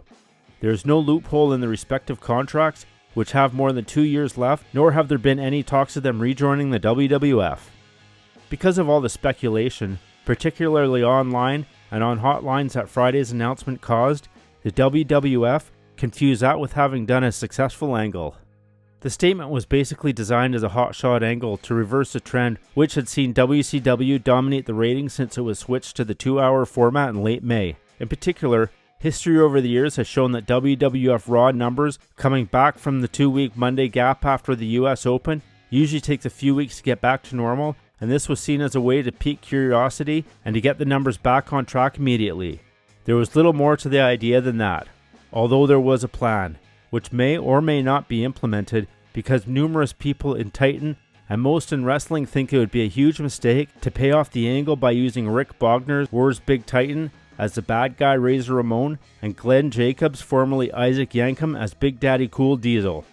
Putting new actors in established roles is commonplace in soap operas and has been done without fans reacting negatively in pro wrestling, with characters such as Doink the Clown in WWF after Matt Osborne was fired, or with the occasional masked wrestlers in Mexico and the United States after a dispute with promoters. But it has never been done in modern times with unmasked, distinctive wrestling stars of such high profile. The general belief in this plan, if implemented, will backfire greatly, even though the belief is that Bogner actually can do Razor Ramon better than Scott Hall, since he did a great job with the gimmick on an ECW show in Allentown, Pennsylvania as Slice and Dice Ramirez. There is even talk that if fans reject the characters, that Titan can always turn them heel, thus boos will be the reaction they want to get from the fans. Of course, there are numerous different kinds of heat and different types of boos, and not all booing heat for a heel is a kind of heat that is a positive. WCW can't react publicly to deny the story because of the lawsuit. Because by reacting and saying that Razor Ramon and Diesel, since the name Kevin Nash and Scott Hall have never been used, or even not using those names and talking about the wrestlers Titan is referring to be under contract and not leaving would play into the WWF's hands of the lawsuit and could be construed as admission that they were using Hall and Nash as Diesel and Ramon without using those names publicly. Jim Ross would later admit this was one of the worst mistakes of his career. The WWF continued its Razor Ramon Diesel angle. Rick even cancelled his war tour in Japan to start in the new role with the WWF. Ironically, while Rick was in Japan, Tokyo Sports ran a major story saying he was going to be the new Razor Ramon in the WWF and how he was told how it's a top secret and nobody knows about, and here the big secret was in a mainstream daily newspaper with a circulation in the 7 figures. Gorilla Monsoon announced that Scott Hall and Kevin Nash were under contract to another organization and that while he liked Jim Ross, he said he felt someone was hoodwinking the WWF fans. So it was all on Jim Ross, and not the WWF, as the World Wrestling Federation tried to separate itself from the heat since people considered this angle a fraudulent attempt for ratings. Jim Ross ended up as the scapegoat for the Razor Diesel angle, something that had been clear from the bad reaction to the angle from the second week. After a brief glimpse the night before on the pay-per-view, where Rick Bogner and Glenn Jacobs, dressed as Razor Ramon and Diesel, attacked Savio Vega, the television show was built around teasing their appearance later in the show. It made the WWF come across that much more foolish since Scott Hall and Kevin Nash were shown early on during Nitro, also live, and well before WWF unveiled its new men, they had taken over Nitro and were making a joke about accepting no imitations. WCW had its own inside joke during that show, introducing Michael Jones, formerly Virgil, in the WWF as the new chief of security for the NWO and named him Vince. The new promotional strategy was now to pretend that Rick Bogner and Glenn Jacobs are simply Razor and Diesel, with all the announcers talking about the return of Razor and Diesel, and even Goldust doing a bit, trying to get over how happy he was that the sexy Razor was back in the WWF. Rick worked as a babyface against Stone Cold Steve Austin on some of the Canadian shows, and as a heel against Jake Roberts as well, under the name Giant Titan as opposed to Razor Ramon. Throughout late 1996, the Razor and Diesel characters were being used in less prominent roles in the company, as Scott Hall and Kevin Nash were in the process of forming one of the most popular factions ever, the NWO, and the more the WWF portrayed the imitation gimmicks, the more pathetic it made them look. Rick made his final WWF appearance as Razor Ramon in the 1997 Royal Rumble when he was eliminated in 17 seconds by Ahmed Johnson, but would still use a gimmick as him and Glenn Jacobs were sent to AAA in Mexico and then USWA in Memphis, where they would feud with each other, which culminated in a loser leave town match, in which Rick would win as Jacobs was sent back to the WWF where he was repackaged into Kane. Rick would later publicly throw away the Razor Ramon ring gear and revert back to his previous name, Rick Titan. He would stay in the USWA until his one-year WWF contract expired in August. Then he would make appearances in Puerto Rico, but didn't enjoy his time there. According to Rick, he was hoping the opportunity would lead to something bigger and better, but because he had been brought in by Bret Hart and was considered a friend of his, throughout 1997, Bret was also at odds with management in the WWF and in the office. He still had Vince McMahon's phone number from when Vince originally contacted him to bring him into the company. Rick decided to give Vince a call, but as soon as he told Vince who it was calling, Vince told him to never call this number again and hung up the phone on him. Glenn Jacobs, on the other hand, still had contacts as he was originally from Memphis and still had a lot of friends who were in high places in the company and was able to get himself back into the mix and eventually into a new gimmick. He made his final appearance as Razor Ramon in WWC against Ray Gonzalez in November of 1997. In 1998, he would make his debut in New Japan Pro Wrestling, where he would join Japan's version of the NWO, until he injured his neck in 1998. Although he wrestled a couple more tours of Japan, he never felt the same after. He would finish up his in-ring career in Stampede Wrestling during its reboot in 2000. Although he made a brief return in 2012 when he appeared in CNWA Mega Expo in a tag team match. That would be his final appearance. After his wrestling career was over, Rick began a career as a motivational speaker. He He would also study Eastern religion, including studying with a Buddhist monk for 4 years. On September 20th, 2019, Rick passed away in Calgary of an unexpected and sudden heart attack. He was 49 years old. That was the story of Rick Tighten. Nikolai Volkoff was a professional wrestler who debuted in the 1960s and performed up until his passing in 2018. Born Josip Peruzovic in Yugoslavia on October 14, 1947, he immigrated to Canada after a weightlifting tournament in Vienna in the late 1960s. Standing 6'4" and weighing over 300 pounds, he caught the attention of Calgary promoter Stu Hart and made his debut in Stampede Wrestling in 1967. Throughout his career, he wrestled under various names such as Beeple Mongol, Boris Brezhnev, and most famously Nikolai Volkoff. He performed in almost every major promotion during his career while being billed as a Russian from the Soviet Union and singing the Soviet national anthem before every match, usually being drowned out by booze and on several occasions being attacked by his opponent before even finishing singing. One of the staples of the World Wrestling Federation's national expansion during the 1980s with his tag team partner the Iron Sheik, and was co-holder of the tag team titles on multiple occasions. This is the untold story of Josip Peruzovic, aka Nikolai Volkoff.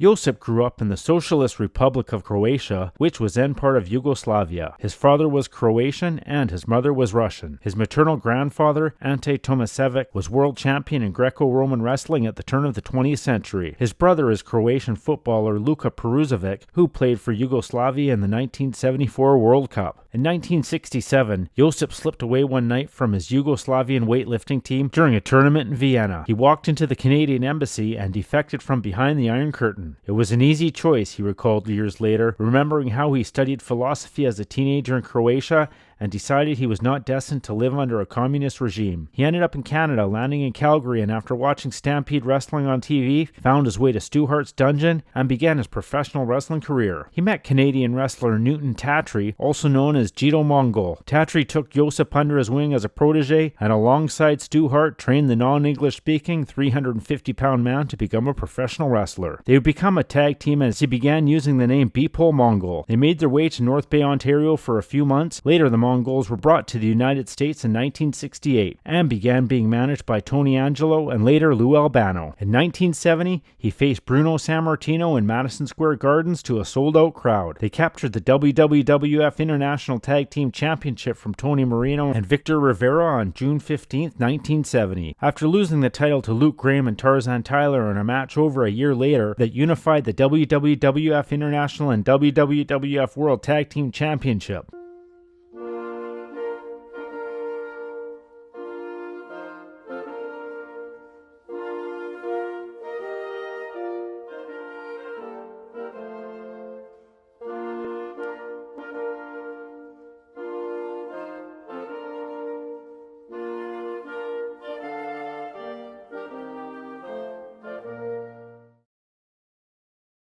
After getting married and having a family, Josip decided to move on to becoming a singles wrestler, mainly because of the haircut he was forced to wear to fit the Mongol character. Bill Eadie would fill his role on the Mongol tag team. Josip made his way to Texas to work for Fritz von Erich in WCCW, who was impressed by Josip's muscular build, as most big men in that day were mostly fat. In 1974, he moved to the AWA, where he wrestled under the name Boris Brezhnev, managed by Bobby the Brain Heenan. He used the same gimmick with a different ring name.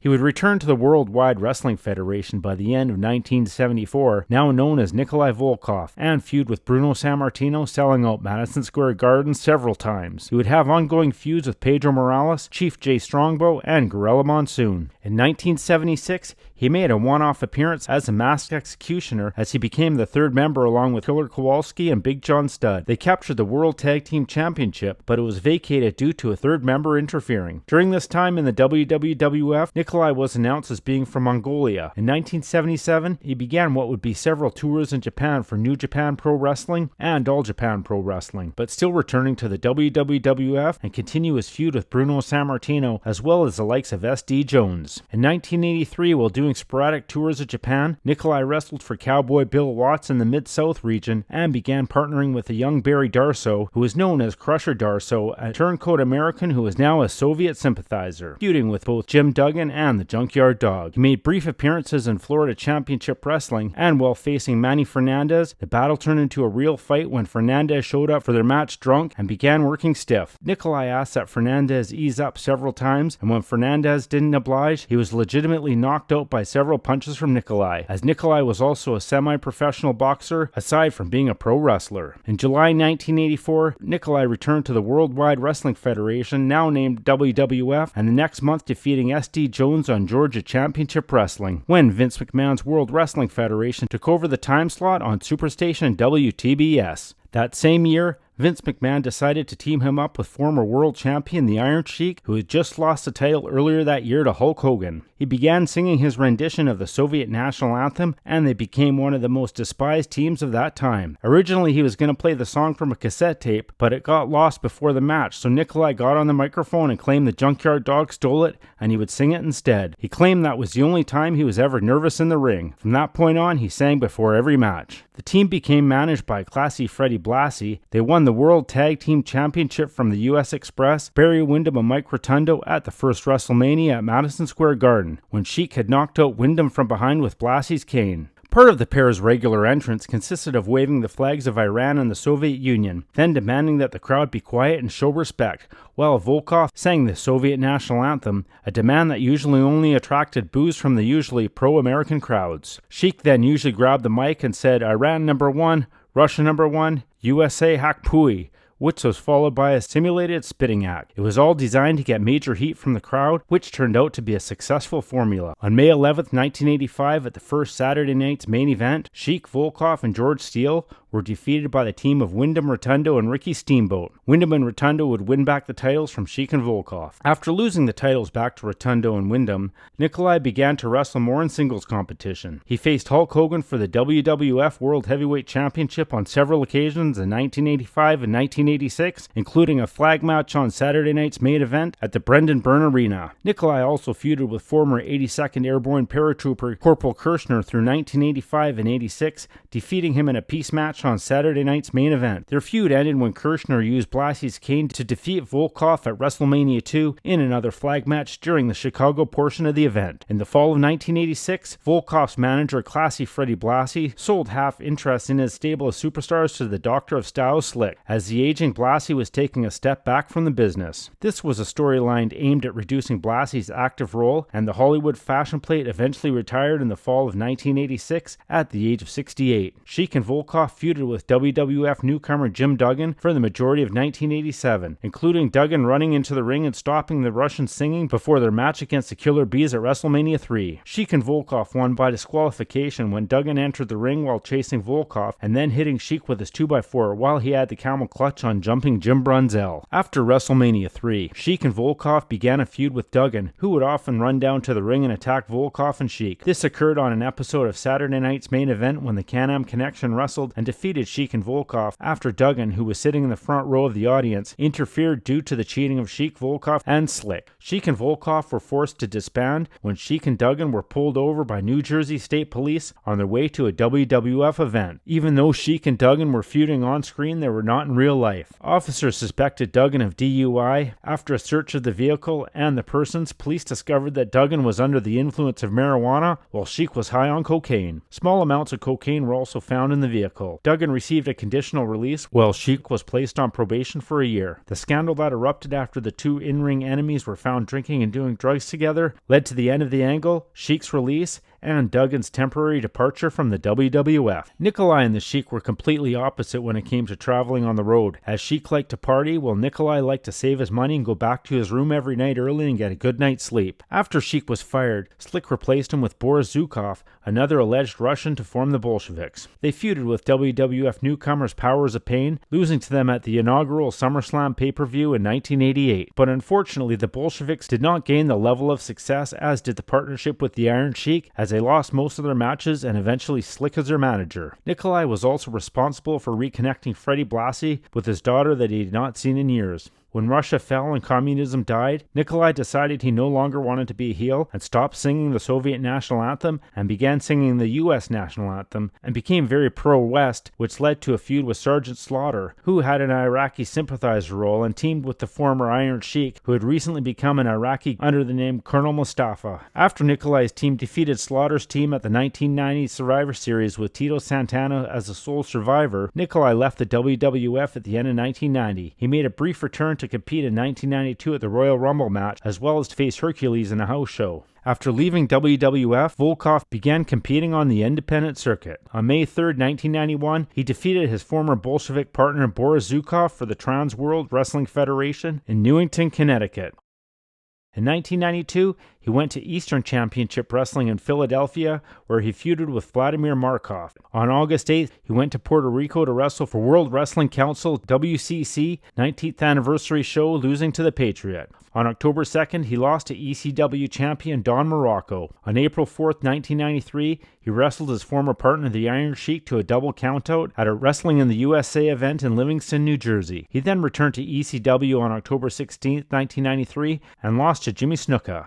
He returned as a babyface to pin Barry Horowitz at WWF Superstars All-American Wrestling taping on July 6, 1993. On February 1, 1994, Nikolai began a full-time return to the WWF, making a ringside appearance at a Superstars taping in White Plains, New York, during a match between Diesel and Mike Moraldo. For the next 2 months, Volkoff was shown in the crowd, until eventually he became a sympathetic heel, playing the whipping boy of Ted DiBiase's $1 Million Corporation. In the storyline, Nikolai had fallen on hard times and was forced to take a job working for DiBiase and his new corporation. As a low man in the group, he was forced to wrestle matches no one else wanted, or sent out to soften up opponents for other members of the stable as a sacrificial lamb of the group. The disrespect even extended to renaming him Nickel and Dime Volkoff, and DiBiase forcing him to place a cent sign on his trunks where the Russian sickle once was, along with a sign on his ring attire that read "Property of the $1 Million Man." The final WWF match for Nikolai was on December 30th, 1994, when he defeated Bob Starr in a house show. Nikolai's final appearance in the WWF was at the Boston Garden on May 13, 1995. During a match between Bam Bam Bigelow and Tatanka, Nikolai made an appearance to chase Tatanka's manager Ted DiBiase away. He made a brief cameo on an episode of Shotgun Saturday Night in 1997, where Todd Pettingale discovered him homeless sleeping in a box on the streets of New York City. He also appeared at WrestleMania 17 at the Astrodome in Houston in the Gimmick Battle Royal, which was won by the Iron Sheik.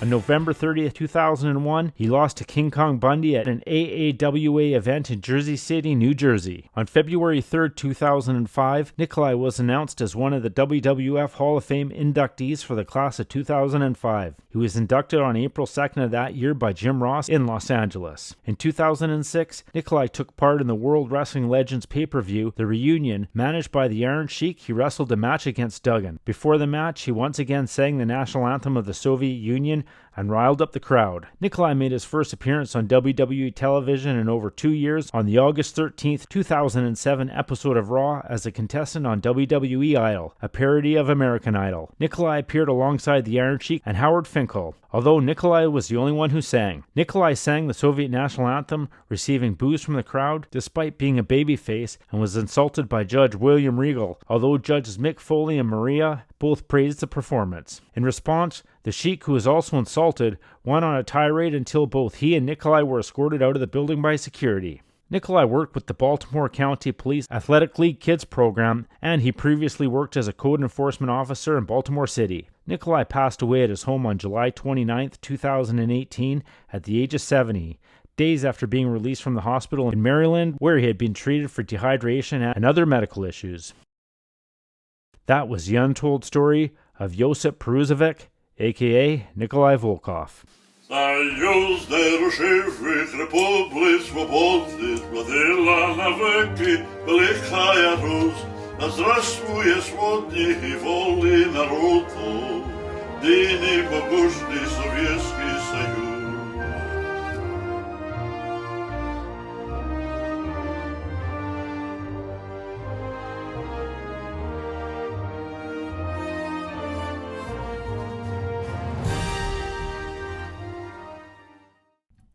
Michael Alfonso, also known as Captain Awesome, the Gladiator, the Pro, the Career Killer, Fat Chick Thriller, That 70s Guy, and most famously Mike Awesome, was a professional wrestler who broke into the business in the late 1980s when him and his cousin Horace Hogan, who is also the nephew of Hulk Hogan, decided they both wanted to become professional wrestlers.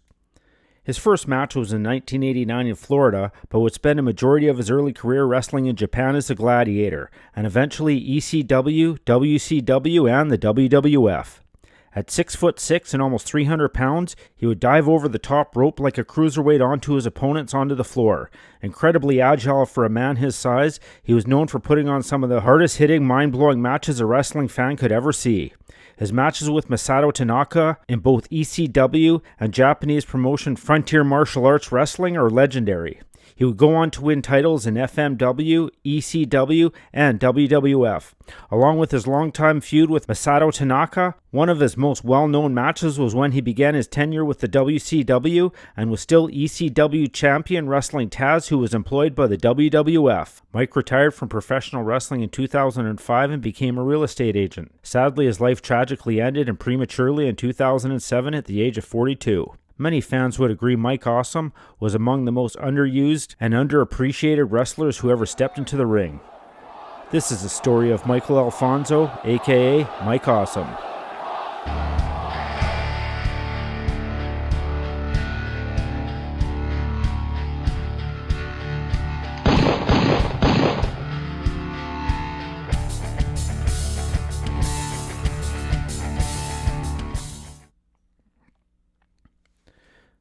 Mike was born in Tampa, Florida on January 24, 1965.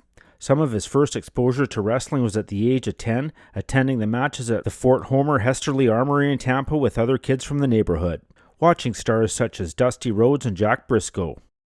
He attended King High School in Tampa, Florida, and after graduating he worked in construction for a year and decided to study accounting at Hillsborough Community College, but had dreams of becoming a professional wrestler.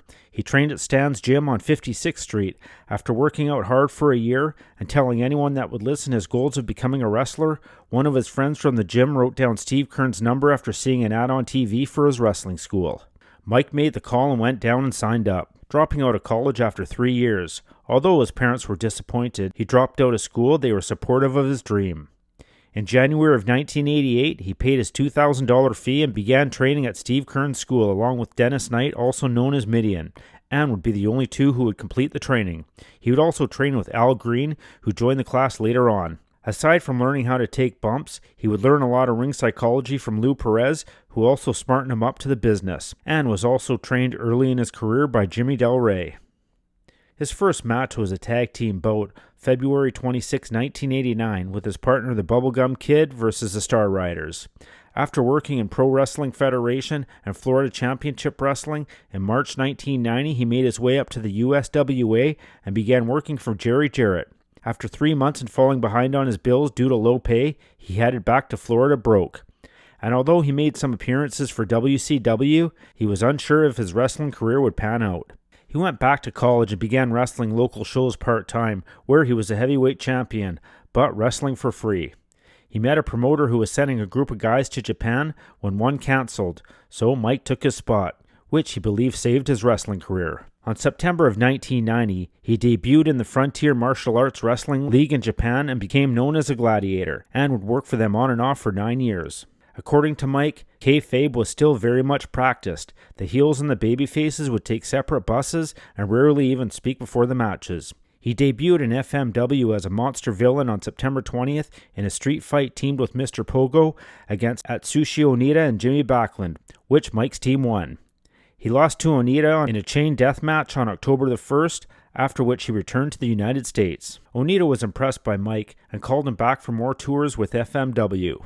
He returned to the company as Mr. Pogo's partner in a tag team tournament on January 6, 1991, where the duo lost their first match in the tournament against Onita and Sambo Asako. Pogo and Mike eventually made it to the semi-final, where they defeated Onita and Asako in the final match on January 15th to win the tournament. The success of the tournament is what led him to work full-time with the FMW. He returned to the States for a break, and on May 11, 1991, he married his high school sweetheart, Delisa Diane Bowers, in Hillsborough, Florida. After his wedding in the summer of that year, Mike returned to Japan and would form a villainous alliance with Tarzan Goto, Big Titan, and Horace Boulder after Mr. Pogo's departure from the FMW and resumed the feud with Onita. On August 17th, he participated in the Barbed Wire Deathmatch tournament, which he defeated Horace Boulder in the quarterfinal and lost to Sambo Asako in the semifinal. During this time, Mike was inspired by Damien 666's Lucha Libre videos they watched on bus trips, which led him to adopt a high-flying style despite his big size. In 1993, Mike appeared in NWA Eastern Championship Wrestling for a short period as Awesome Mike Awesome. He was convinced to do so by Sabu, whom he befriended during his time in Japan. After Sabu started working for ECW, he returned to Japan and told Mike about the promotion and how he might want to check it out. Although he was initially hesitant, citing lack of interest, Sabu managed to talk Mike into it, who used his frequent flyer miles to go to Philadelphia and wrestle a match for ECW, but was only making $50 an appearance. He returned to Japan and in 1993 formed another faction in FMW called Team Canada with Ricky Fuji, Big Titan, Horace Boulder, Dr. Luther, and Dr. Hannibal. In 1994, while in FMW, Mike was involved in the first ever explosion pool death match in a ring floating on pontoons in an Olympic swimming pool, complete with barbed wire and landmines in the water. He would also wrestle the original Sheik on several occasions, and the two became very close friends. On February 5, 1994, at ECW's event The Night the Line Was Crossed, Mike made another appearance in the promotion and nearly injured wrestler J.T. Smith when he performed a high-risk dive to the outside of the ring. Smith's back was folded backwards against a guardrail during the impact. This spot appeared in many ECW highlight reels, including the intro to a variety of their television programs for years to come. According to ECW announcer Joey Styles, his own reaction to the spot inspired his "Oh my God" catchphrase. Mike did a tryout match in the WWF as an enhancement talent on December 12, 1996, losing to Justin Credible, who was known then as Aldo Montoya, in a dark match for WWF Superstars of Wrestling. But Mike was making good money in Japan and didn't have much interest in joining the WWF at the time. Mike achieved the biggest success of his career in FMW as a gladiator, where he became 3-time world champion with 2 reigns as Brass Knuckles heavyweight champion and 1 reign as independent heavyweight champion. His second Brass Knuckles heavyweight championship reign from 1996 to 1997 was the longest reign in the title's history, lasting for 489 days. By 1997, ECW talent would make regular trips to Japan and appearances in FMW, including Paul Heyman, who was impressed by Mike's work and offered him a job. His first feud was with Masato Tanaka, who he had faced in several matches in Japan. In his first pay-per-view, Tanaka powerbombed him over the top rope through a table. In a 2005 interview with High Spots Network, Mike claimed he wasn't even paid for the match, which would become all too common, as later on Mike even refused to sign a contract with ECW as Heyman wasn't paying him regularly, if at all. Mike returned to FMW on August 26th and wrestled his last FMW match, in which he defeated longtime rival Super Leather for one last tour and broke his ankle and quit. After 2 weeks back in the US with his ankle barely healed, he went back to ECW and faced Balls Mahoney, where he blew out his knee on the opposite leg. Long before WWE fans were chanting, "This is awesome," Mike Awesome was garnering those chants from the most hostile of crowds in Philadelphia. Moreover, he was doing so while main eventing with people like Spike Dudley. That's how awesome he truly was. After a year off to nurse his injuries, he was contacted by Johnny Ace and invited him back to Japan to work for All Japan Pro Wrestling. After a tour with All Japan, Mike returned home and was again contacted by Paul Heyman, at this time wanting him to make him the ECW Heavyweight Champion, and again promised to pay him. After a three-way dance with Tanaka and Taz, Mike was the new ECW Champion. Shortly after winning the belt, and after several weeks of not being paid, Mike received a phone call from his cousin Horace Hogan, who was now in WCW and happened to be right next to his Uncle Hulk. Hulk got on the phone to Mike and told him to quit working for free. He introduced him to Eric Bischoff and got him a job with WCW. Because he was never on a contract with ECW, Mike was free to go. Once hired by WCW, he began receiving legal threats from Paul Heyman. Due to concerns over legal issues, WCW refrained from having Mike appear on their television shows with the ECW belt. Eventually, a compromise was reached. According to disclosed figures, his WCW contract was worth just under $280,000.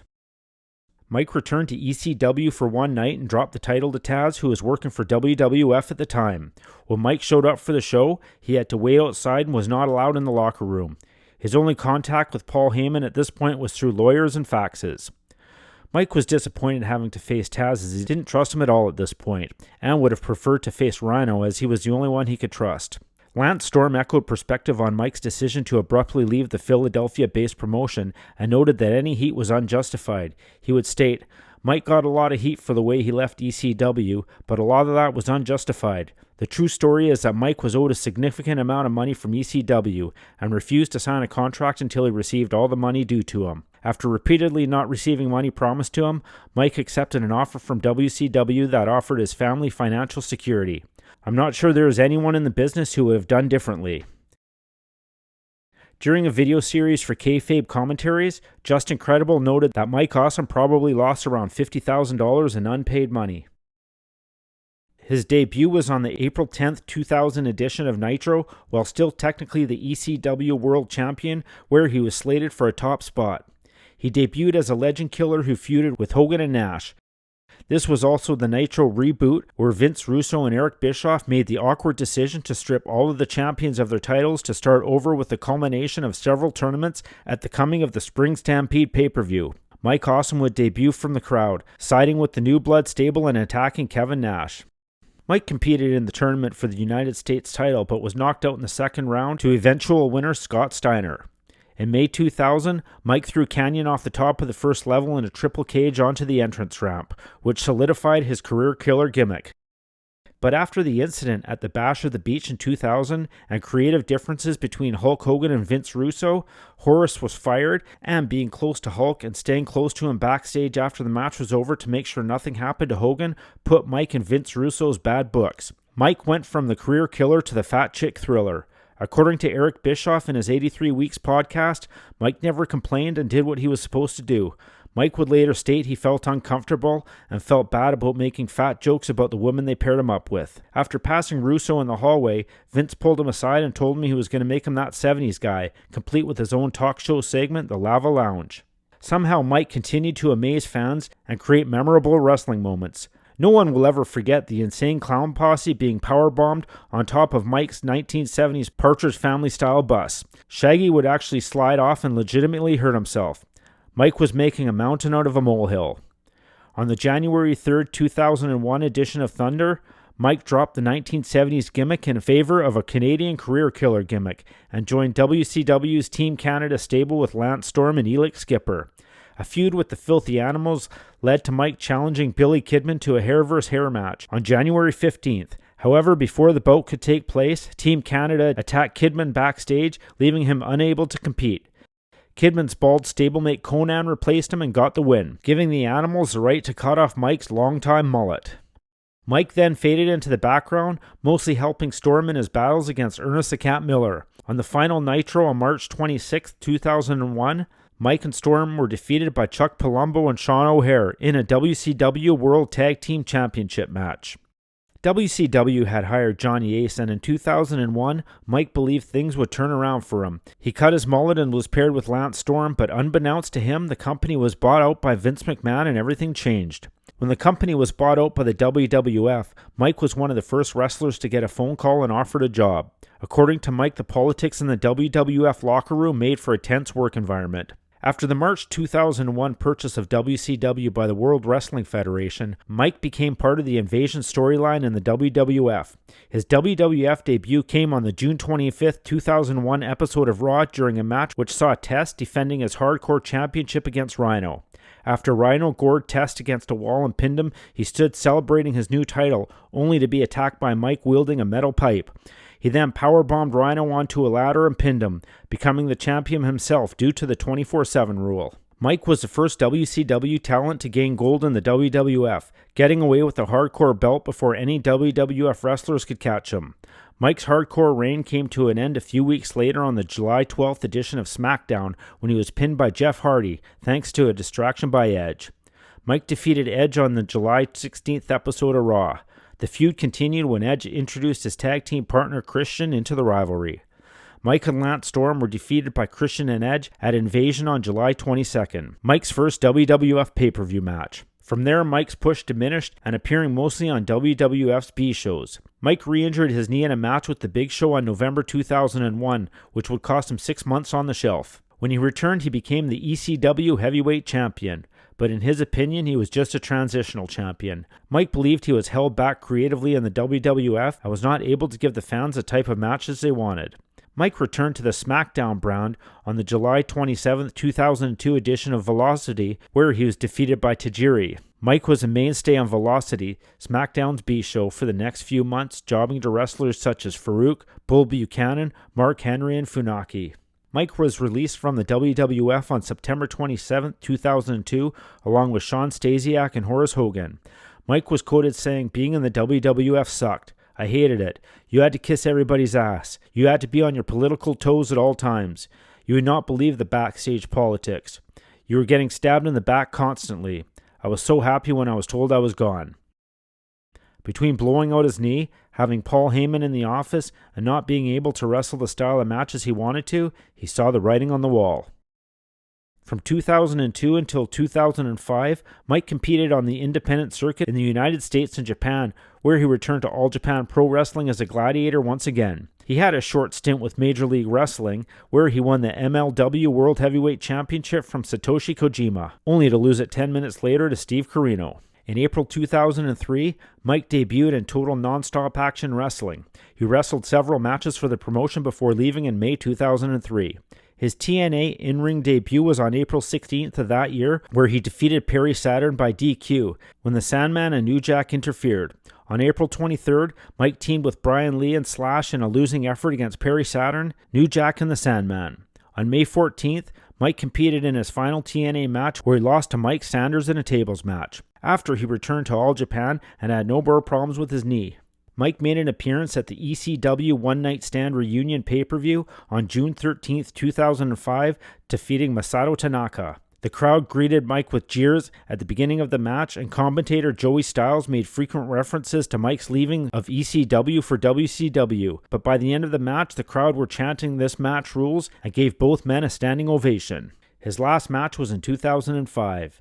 In February 2006, Mike announced his retirement from wrestling, saying he wanted to spend more time with his family and adding that he felt underpaid for his work at the One Night Stand only event, and that he would only return to the ring if the money was right. After his retirement, Mike got a job with Coldwell Banker as a real estate salesman. Around that time, his marriage to his wife was beginning to fall apart. One day in 2007, she told him that she was leaving him. This apparently caught Mike completely by surprise, as he thought his marriage was fine. The two argued, and Mike allegedly grabbed her by the throat and threw her up against the wall. She wound up calling the police, and they arrested him on charges of domestic violence. While in jail, he called his wife, and she allegedly told him that she hated him and was divorcing him and taking their 2 children with her.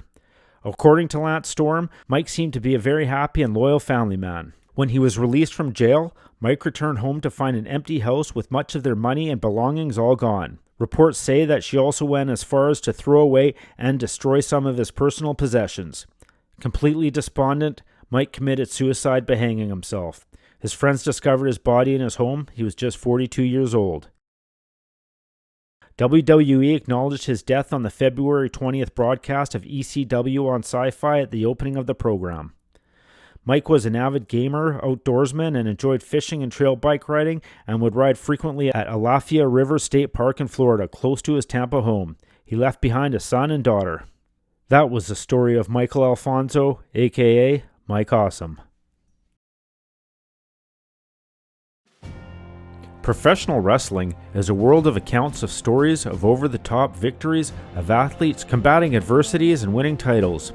It also has its share of shocking tragedies such as the Von Erichs, Owen Hart, Mike Awesome, and the Grahams. You've probably heard the saying, there are always three sides to every story, and somewhere in the middle lies the truth. When it comes to the tragedies of Eddie and Mike Graham, it's anyone's guess what really happened. The wrestling business is filled with individuals who are gone that can no longer defend themselves from analysis and allegations, and the ones that are still around frequently exploit this by trying to put themselves over while they can. A father and son who lived their lives during completely different generations, but yet had countless similarities. On January 21st, 1985, it was reported Eddie Graham had taken his own life. His grandson Stephen took his own life on December 14th, 2010, and Mike Graham committed suicide in a similar manner on October 19th, 2012. This is a story of the various theories surrounding the deaths of Eddie and his son Mike Graham.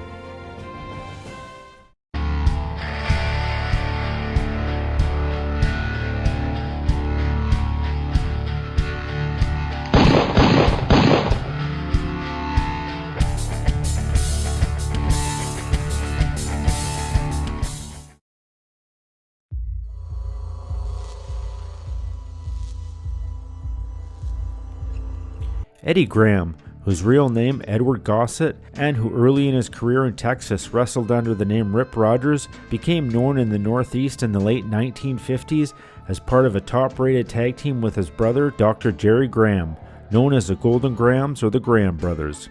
They found huge success in Boston, New York, and Washington, D.C., and other territories of Capital Wrestling, which was a precursor to the WWF. Dr. Jerry Graham was Vincent K. McMahon's favorite wrestler. As a teenager in the late 1950s, McMahon would dye his hair blonde to emulate Graham and even dress like him.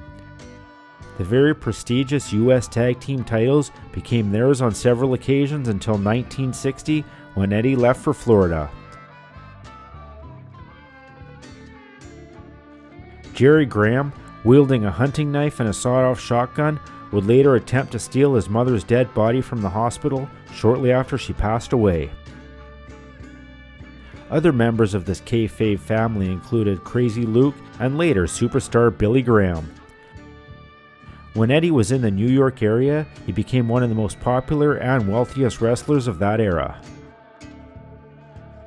The Graham brothers, Dr. Jerry and Eddie Graham, tried to stave off Antonio Roca and Miguel Perez during wrestling's golden era. Anytime anyone ever talked about wrestling, Bill Apter once said, Eddie Graham's name always came up. If you came to New York and talked about wrestling in the 1950s or 60s, the Graham brothers were the first names they mentioned. Eddie's further success in tag team wrestling was obtained in Florida with partners Sam Steamboat, Bob Orton Sr., and Big Ike Eakins.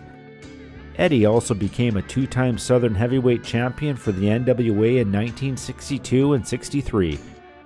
In 1968, Eddie Graham, who was already blind in one eye since birth, just barely escaped death in a locker room when a 75-pound steel window fell on his head at Tampa's Fort Hesterly Armory, causing both his retinas to be torn. Other sources claim they had become detached. The injury required him to get 300 stitches on his face and head.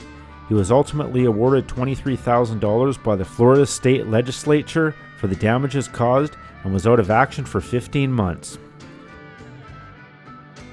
In the early 1970s, he became a majority owner and bought into the Florida Territory, formerly owned by his trainer Cowboy Bob Luttrell.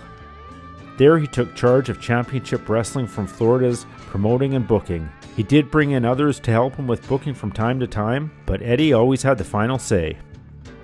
Eddie Graham developed professional and amateur wrestling in the Sunshine State like nobody before and nobody since by generously donating vast sums of money for amateur wrestling camps, youth organizations, and various scholarships for universities in the Tampa, Florida area. Eddie saw how important little things could change the lives of youngsters in the community from a very young age. As a young kid growing up in Chattanooga, Tennessee, he would sell newspapers, and the newspaper in turn gave them all free memberships to the YMCA as a gift. Without that help, he would never have been able to afford it. This is also how he began lifting weights and was exposed to wrestling, where at 14 he met Latrell, who was a hated heel until later getting into promoting in the Florida territory. His first match was at age 17, and Eddie got paid with no money but a turkey. His father was not supportive of his wrestling because he didn't believe there was any money in it, but his mother backed him wholeheartedly. With his wrestling career winding down, he teamed with his son Mike, and together they won the Florida and Georgia versions of the tag team titles, while he himself stayed active until 1980. The father and son team of Eddie and Mike Graham battled Dick Slater and Pac Song in 1974. Eddie Graham's colleagues demonstrated how much they respected his mind for the business by electing him president of the NWA from 1976 to 78. With the territories thriving during his tenure, he was also instrumental in the historic unification title bouts between WWF World Champion Superstar Billy Graham and NWA World Champion Harley Race. At the time, the event held at the Orange Bowl in Miami was called the Super Bowl of Wrestling, and after a 60-minute bout, it ended in a controversial draw in front of a reported 12,000 fans under stormy conditions. With Gorilla Monsoon and Don Curtis as referees, the third fall began with the bout tied at 1 fall apiece. Superstar Billy Graham, with his shoulders pinned on the mat and clearly not responding due to Race's sleeper hold, was literally saved by the bell after Curtis counted to only 1 before the time limit expired. Once his in-ring career was over, Eddie Graham focused on his charitable organizations, real estate deals, and the Florida Territory's continual promotion. In terms of population, the whole state was going through a growth spurt. This is when, according to his son Mike, his father saw the writing on the wall that spelled doom for the territory and the business he had loved. The 1980s is when the continuous squabbling and backstabbing amongst the power-hungry owners of the different NWA territories finally caught up with them. A young upstart by the name of Vincent K. McMahon in 1982 acquired Capital Wrestling from his father and split from the NWA. He decided to take his product national while disregarding the regional agreements held by the NWA owners since 1948. With the various territories collapsing and closing operations, one of the final strongholds of the weakened NWA became the Carolinas under Jim Crockett Promotions, led by Jim Crockett Jr., or Jimmy as he was referred to by Mike Graham. He also had a vision of a national product, but at the expense of using surviving territories like Florida as an unofficial farm system, where he would lure Dusty Rhodes, Barry Windham, Lex Luger, and Ron Bass to his promotion in Charlotte. By now he was referring and promoting it as the NWA as if his partners didn't exist. Magnum TA was also a key star that left Florida, but had a brief but memorable stint in Bill Watts' Mid-South before heading to Charlotte. According to Mike Graham in a kayfabe commentary shoot interview, Dusty Rhodes leaving Florida may have been the territory's death blow. Meanwhile, the WWF continued to purge the NWA and AWA of its stars to stem the tide in its favor further. On July 14, 1984, to the horror of many fans and what would later be called as Black Saturday, the WWF took over the time slot on Superstation WTBS that once belonged to Georgia Championship Wrestling. By all accounts, Georgia was easily one of the top territories of the NWA. A now megastar named Hulk Hogan began to run wild in arenas and televised screens across the country. This made-for-TV muscle man, who urged the chants of fans while ripping his t-shirt off to the theme of Eye of the Tiger, seemingly threatened the other wrestling companies with his leg drop finisher as if to put an end to their futile attempts of recovering their once dominant territories. The WWF was moving at breakneck speed and permanently sprinting ahead of the wrestling race as if it were a race between a tortoise and a hare. With no respect for the old guard, Vince McMahon was destined to end the territory system.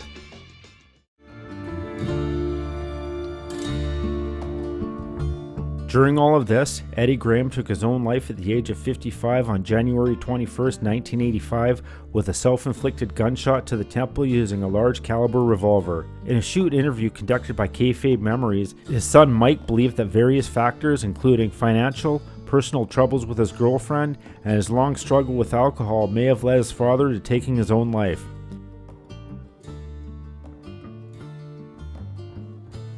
After his father's passing and the circumstances wrestling was in, it would have been almost impossible for anyone to keep the CWF afloat. Mike wound up selling his interest to Jim Crockett Jr. in 1987 and later got hired as a trainer and a booker for WCW. Bill Apter, who met Graham in 1971, says that Graham killed himself in a period of change that I don't think he would have been happy to live through.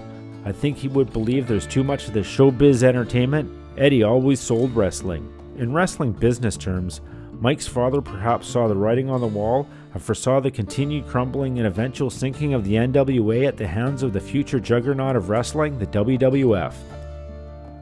Now a global corporation that goes by the name of World Wrestling Entertainment, this monster of sports entertainment had over $975 million in revenues in 2020, with the vast majority coming from its media library. Terry Funk recalls Eddie not having a lot of formal education, but became a self-made individual who learned to fly planes and captain boats. Graham saw Dory Funk and Amarillo become heavily involved in the community, and in turn, many opportunities in business opened for him. Graham tried to replicate this in Florida and became a very successful business owner and respected community entrepreneur. In his book, Terry Funk, More Than Just Hardcore, he further states, Eddie had a great mind for the business and a great feel for the fans. He had a great mind for the manipulation and continuation of what you would call storylines today. He was very ahead of his time in terms of how he promoted. When someone becomes very powerful and influential, they always have defenders and detractors. Former NWA World Champion Rugged Ronnie Garvin agreed that Eddie had an excellent business mind. However, in a shoot interview with Hannibal TV, he stated Eddie Graham as a human being was a piece of shit. He'd pilot his plane while drunk. Garvin would speculate about Eddie's suicide and mention that he had a girlfriend at the time, even though he was married. 5 or 6 years after Eddie's death, his son Mike showed Garvin a check for $600,000 after selling land for the Florida Sheriff Boys Ranch his father had owned. Ronnie further stated, even with all that money, Mike still wasn't happy. The assassin Jody Hamilton remembers a time when Eddie Graham didn't do so well in business and troubles were starting to brew. He recounts from his book Assassin, shortly after I took over the book in Florida, Eddie Graham and Buddy Fuller went to Australia and took their girlfriends with them. They had just bought the promotion in Australia from Jim Barnett and were convinced they would take the country by storm. Eddie told us, "We're going to quadruple the business that Barnett did." Of course, history shows that they failed and lost their entire investment. Hamilton further states, "There's a lot of bickering going on in the office between the partners. While I was trying to conduct business, the partners would all be in Eddie's office, hollering, screaming, yelling, and arguing. When times were good, the business was booming, there was no problems. But when business slowed down, Eddie would go to them and say, the partners all need to cough up some money and get us through this slump. You have to come up with a specific amount of money, which is based on your percentage of the towns you own." Jody Hamilton also admits that Eddie made huge contributions to Florida, amateur wrestling, and the youth. Still, even though he was knowledgeable and had great ideas, the alcohol could often cloud his judgment. In a shoot interview with Hannibal TV, Kevin Sullivan admitted he got caught up with the wrong people. With so many stories on Eddie's death, there's a little truth in all of them. Sullivan agrees with Jody that Eddie had a brilliant mind for the business, but alcoholism was one of his demons that sometimes led him to make bad decisions. He claims that Eddie had been sober for 13 years but fell off the wagon while on a fishing trip with himself and his son Mike. He further states that Eddie believed he was smart and never thought he could be conned. Eddie supposedly knew a person in the political scene who was also part of the planning department. Rumors are that he invested a lot of money based on illegal inside information from this person. Once fired, there was a fear that he'd be exposed. It would have been an embarrassing situation for him in the community. Add to this the problems of him having a girlfriend while he was married.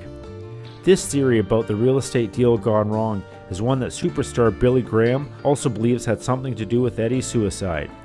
Eddie had worked his whole life to portray a decent image of a respected person in the community.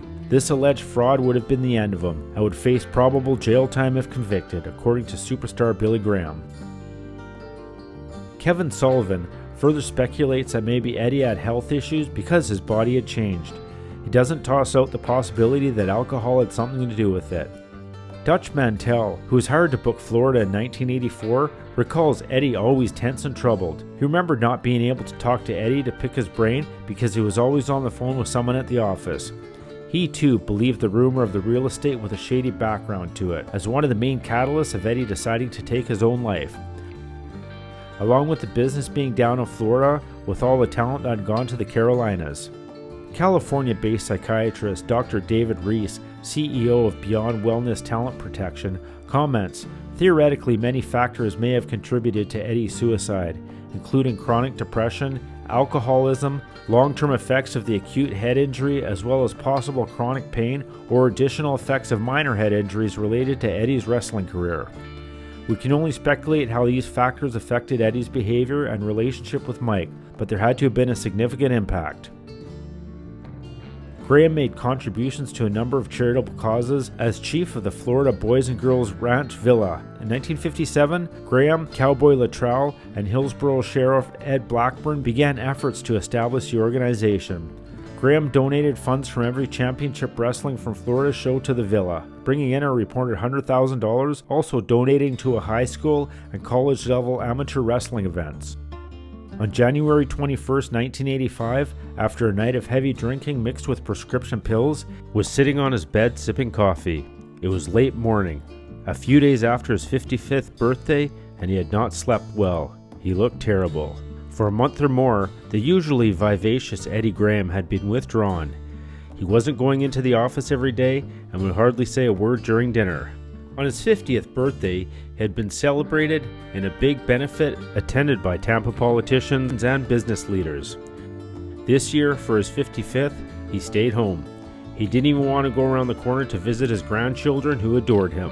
Lucy Gossett knew something was bugging her husband, but she wasn't sure what. In the last few months, she said, he was always deep in thought, very quiet, wouldn't talk. I'm sure the grandchildren noticed it too. That morning, I had just gotten up. I asked Eddie if he wanted to go to Biscuits to get some chicken, and he said no. He asked me if I'd made coffee, and I said yes. And so I went on, and I didn't even stay there, I just came back home. And he was just real nervous. He was white, just white. And he was sitting beside the bed drinking his coffee, and he never did that. He always went into the family room, drank his coffee, and read the paper.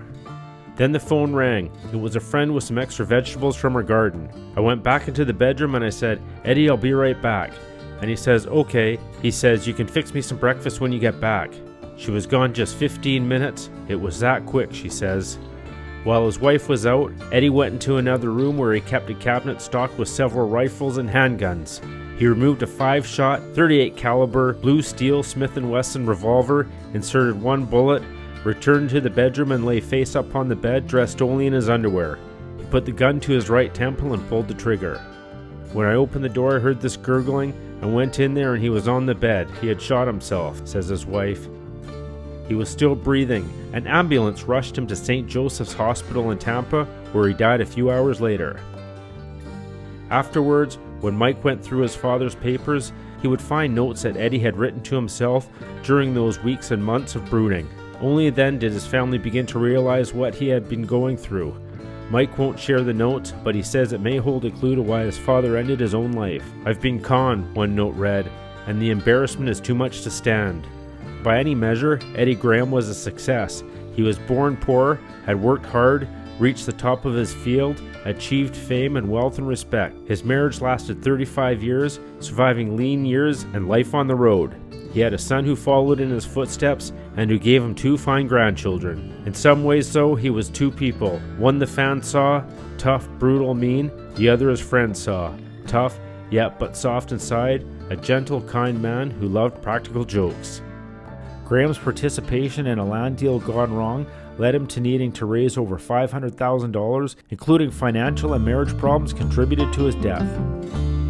I'm aware of the bonds that were created today. On October 18, 2012, at the age of 61, Mike Graham, whose real name was Edward Michael Gossett, committed suicide just like his father, by way of a self-inflicted gunshot wound to the head in Daytona Beach, Florida, while attending an annual event for motorcycle enthusiasts called Biketoberfest. Mike's son Stephen Edward Gossett, at the age of 37, also took his own life the same way, at the same event 2 years earlier in 2010.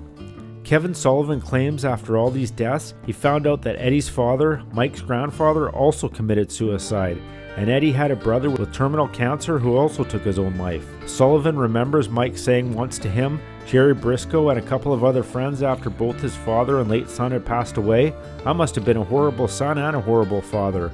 Sullivan continued, Mike went downhill after his son died and wasted away to nothing.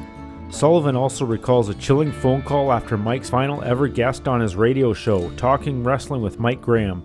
Afterward, he was strangely emotional and told Kevin that he loved him. 6 days later, Mike killed himself.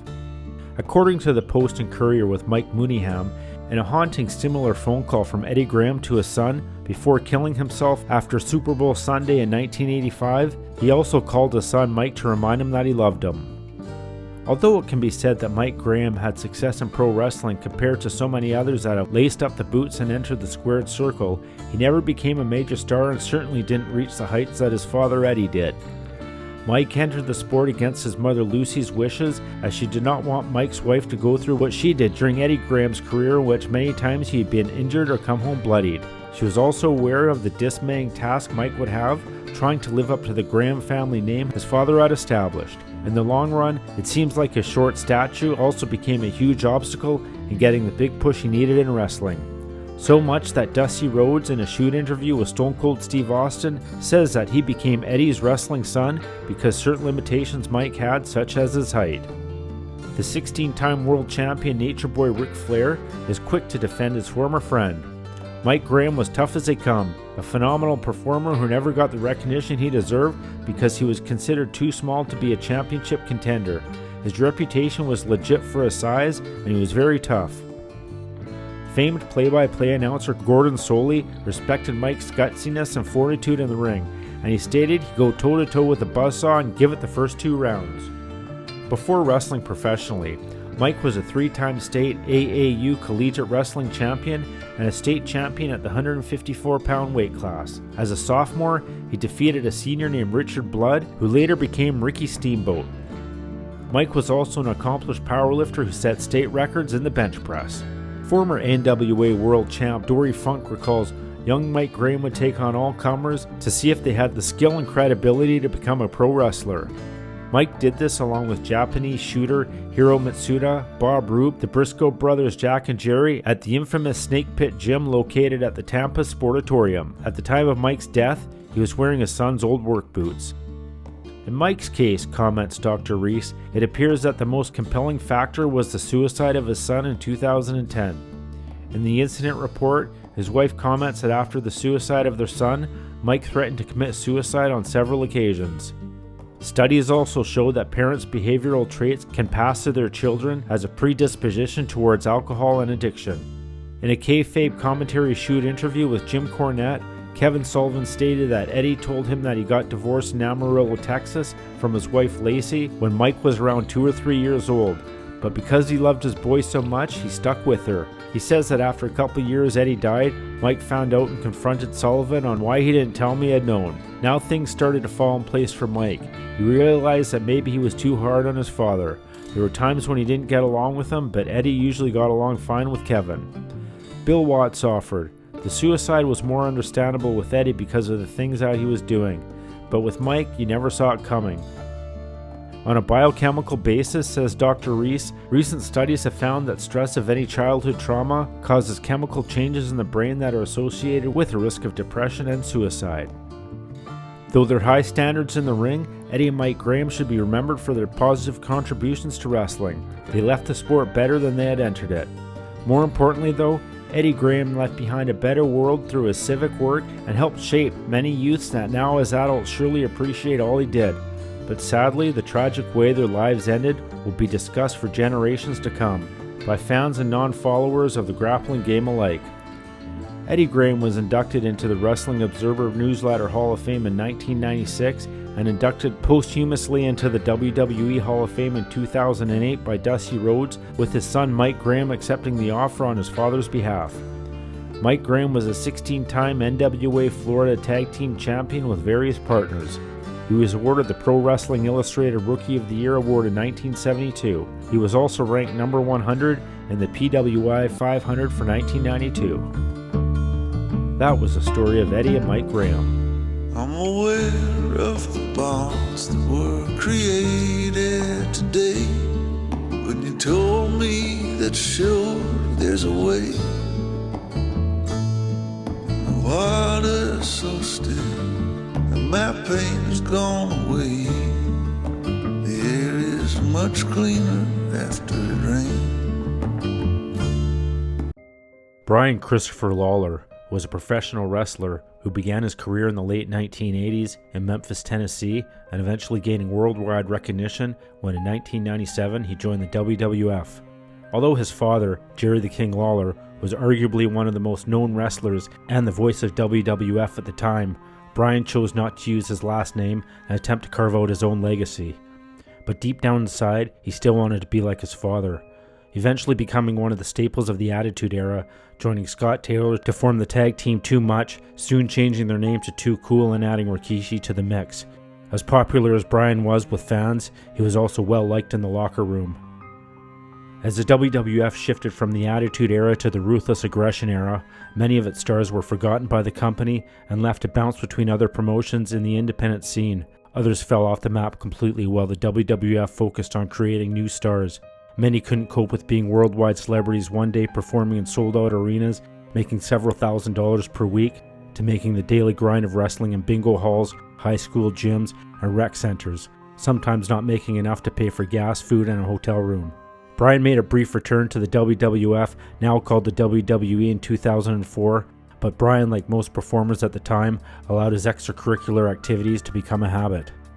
By 2009, his lifestyle began to catch up with him, and being arrested was all too common. Over the next 9 years, he would be arrested several more times. According to his best friend Terry Teague, Brian believed that police were after him. Having his fair share of run-ins with the law, he believed the arrests started to become personal. In 2018, during a jail stint, he was found unresponsive in a cell and was taken to a local hospital, where eventually he was taken off life support. His death was ruled a suicide. But his father, Jerry Lawler, as well as many others, including other inmates at the jail, questioned this theory, and even filed a wrongful death lawsuit against the county, as well as the sheriff, for failing to protect his son. Many questions still remain around the circumstances surrounding his passing and his final hours. Many believe Brian would not have taken his own life, and reports show the Hardin County Jail to have misreported the cause of death of several other inmates, including Albert Dorsey, who was also found dead in his cell and initially reported as a suicide, but autopsy reports later showed he was murdered. This is the story of Brian Christopher Lawler.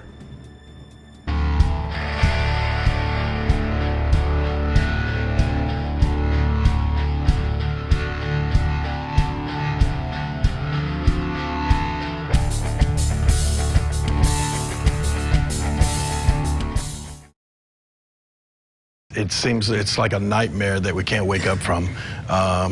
It seems like every day something new comes up. We hear something from someone that it was either an eyewitness to incidents that happened the day that Brian died, or people that have heard stories about just different things that went on in the jail. At 10:30 that morning, I was in Raleigh, North Carolina. I received a phone call from Brian, a collect call that's monitored and recorded, and it's timed. 15 minutes is all you could talk at the time. And so that morning, though, he talked perfectly rational, perfectly normal, just went on a little bit about how we had a meeting a couple of weeks ago with the sheriff there, and Brian just went on about how none of the stuff that the sheriff had promised would take place had taken place, and there's just, he just talked about the bad conditions there in the jail. Then we got cut off mid-sentence after 15 minutes, and didn't hear anything until about 2:30 in the afternoon. Well, actually, I spoke with the sheriff and said that Brian had been involved in an altercation with another inmate. There was a fight. And the sheriff's actual words were Brian was acting a fool and picked a fight with somebody that he shouldn't have picked a fight with. And then he got a laceration over his eye, and that they stitched him up and he was fine. Of course, we heard later on from an eyewitness to that fight that it went nothing like what the sheriff said. Then, then a few hours later, we get a call. I got another call there in Raleigh from a deputy sheriff that said, "Mr. Lawler, I've got some bad news. Your son Brian has hung himself in the jail." So it was just, from what talking to Brian earlier in the day and then hearing about the incident in the afternoon, and then all the way to the fact that he was gone that evening, it just doesn't add up. And so many of the eyewitnesses that have spoken to us and got in touch with us, the stories just don't jive.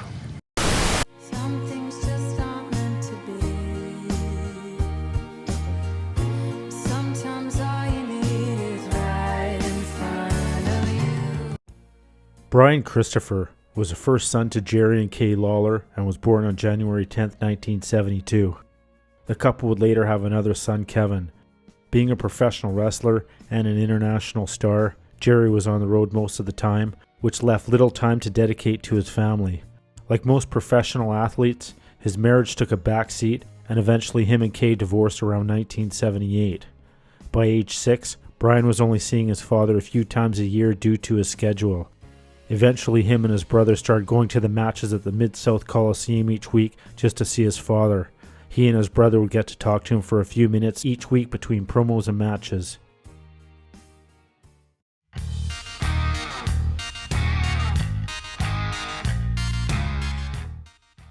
Brian attended Craigmont High School, where he was a sophomore class officer, as well as a member of the football team. In 1984, Brian made his first on-camera appearance in his father's parody video to the Ghostbusters theme song called Wimpbusters.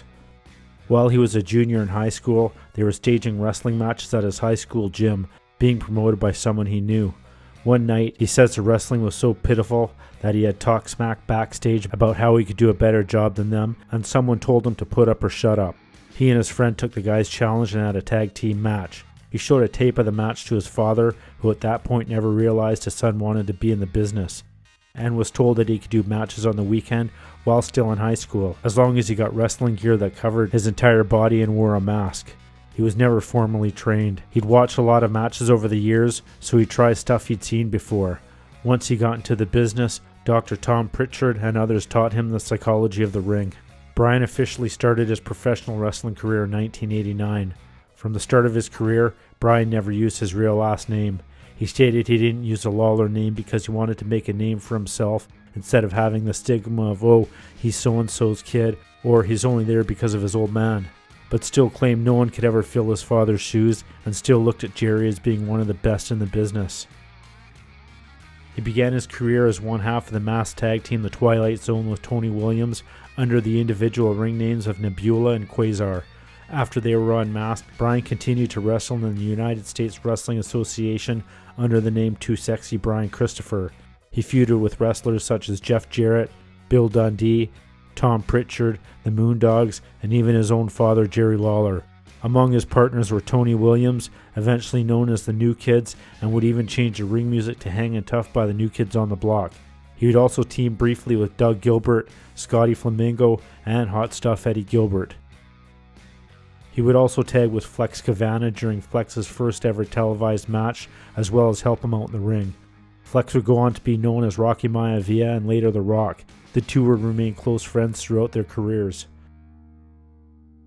In 1997, he joined the WWF and began competing in the light heavyweight division. Taka Michinoku defeated him in the finals of a tournament for the light heavyweight championship. His father, Jerry Lawler, would talk him up as being superior to all the other light heavyweights, but never publicly acknowledged Brian was his son. Although Paul Heyman revealed that fact on Raw, Jim Ross always hinted at it. Often a running joke that someone, usually a commentator, would mention their relationship, which led to them both adamantly denying they were related.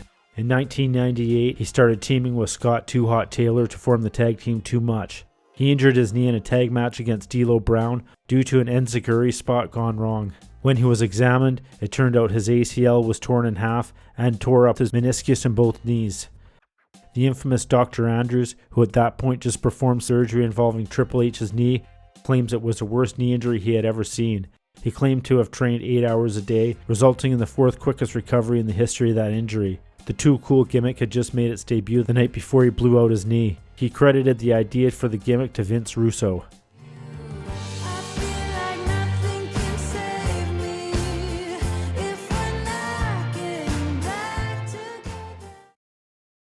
In May of 2001, Bryan, while flying to Canada for a WWF show, was arrested at the Calgary airport for possession of weed, cocaine, and speed.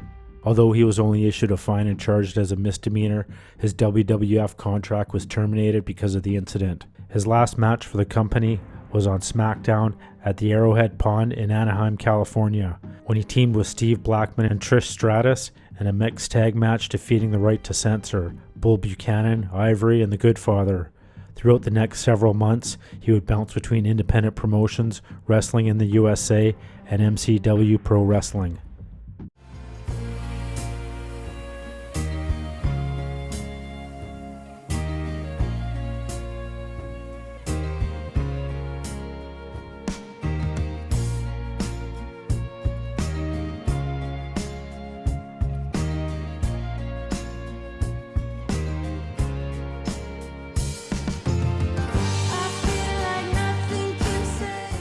Later that year, while trying to pick up the pieces of his crumbling career, he wrestled in the United Kingdom and Ireland for World Wrestling All-Stars.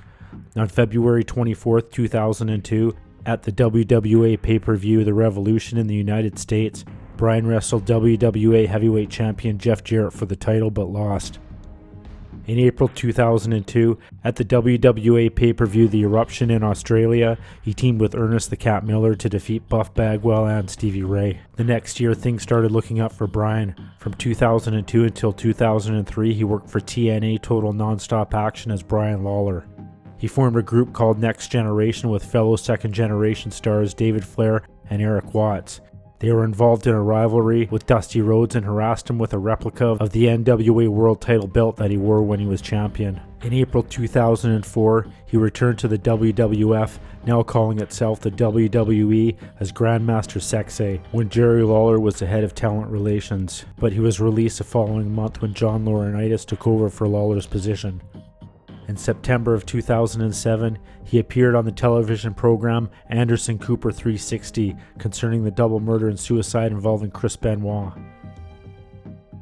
On June 26, 2:45 a.m., police were dispatched to a Circle K store in reference to an intoxicated person. When police arrived, they found Bryan, who was very unsteady on his feet and had slurred speech, the report said.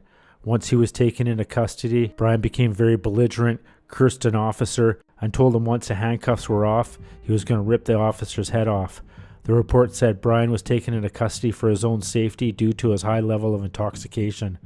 The store clerk told officers she saw Bryan fall over the outside Coke cooler, causing $200 in damage.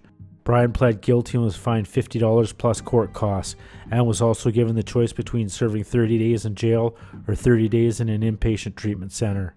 Initially, Bryan chose the inpatient treatment, but didn't make it to the treatment center before his next court date.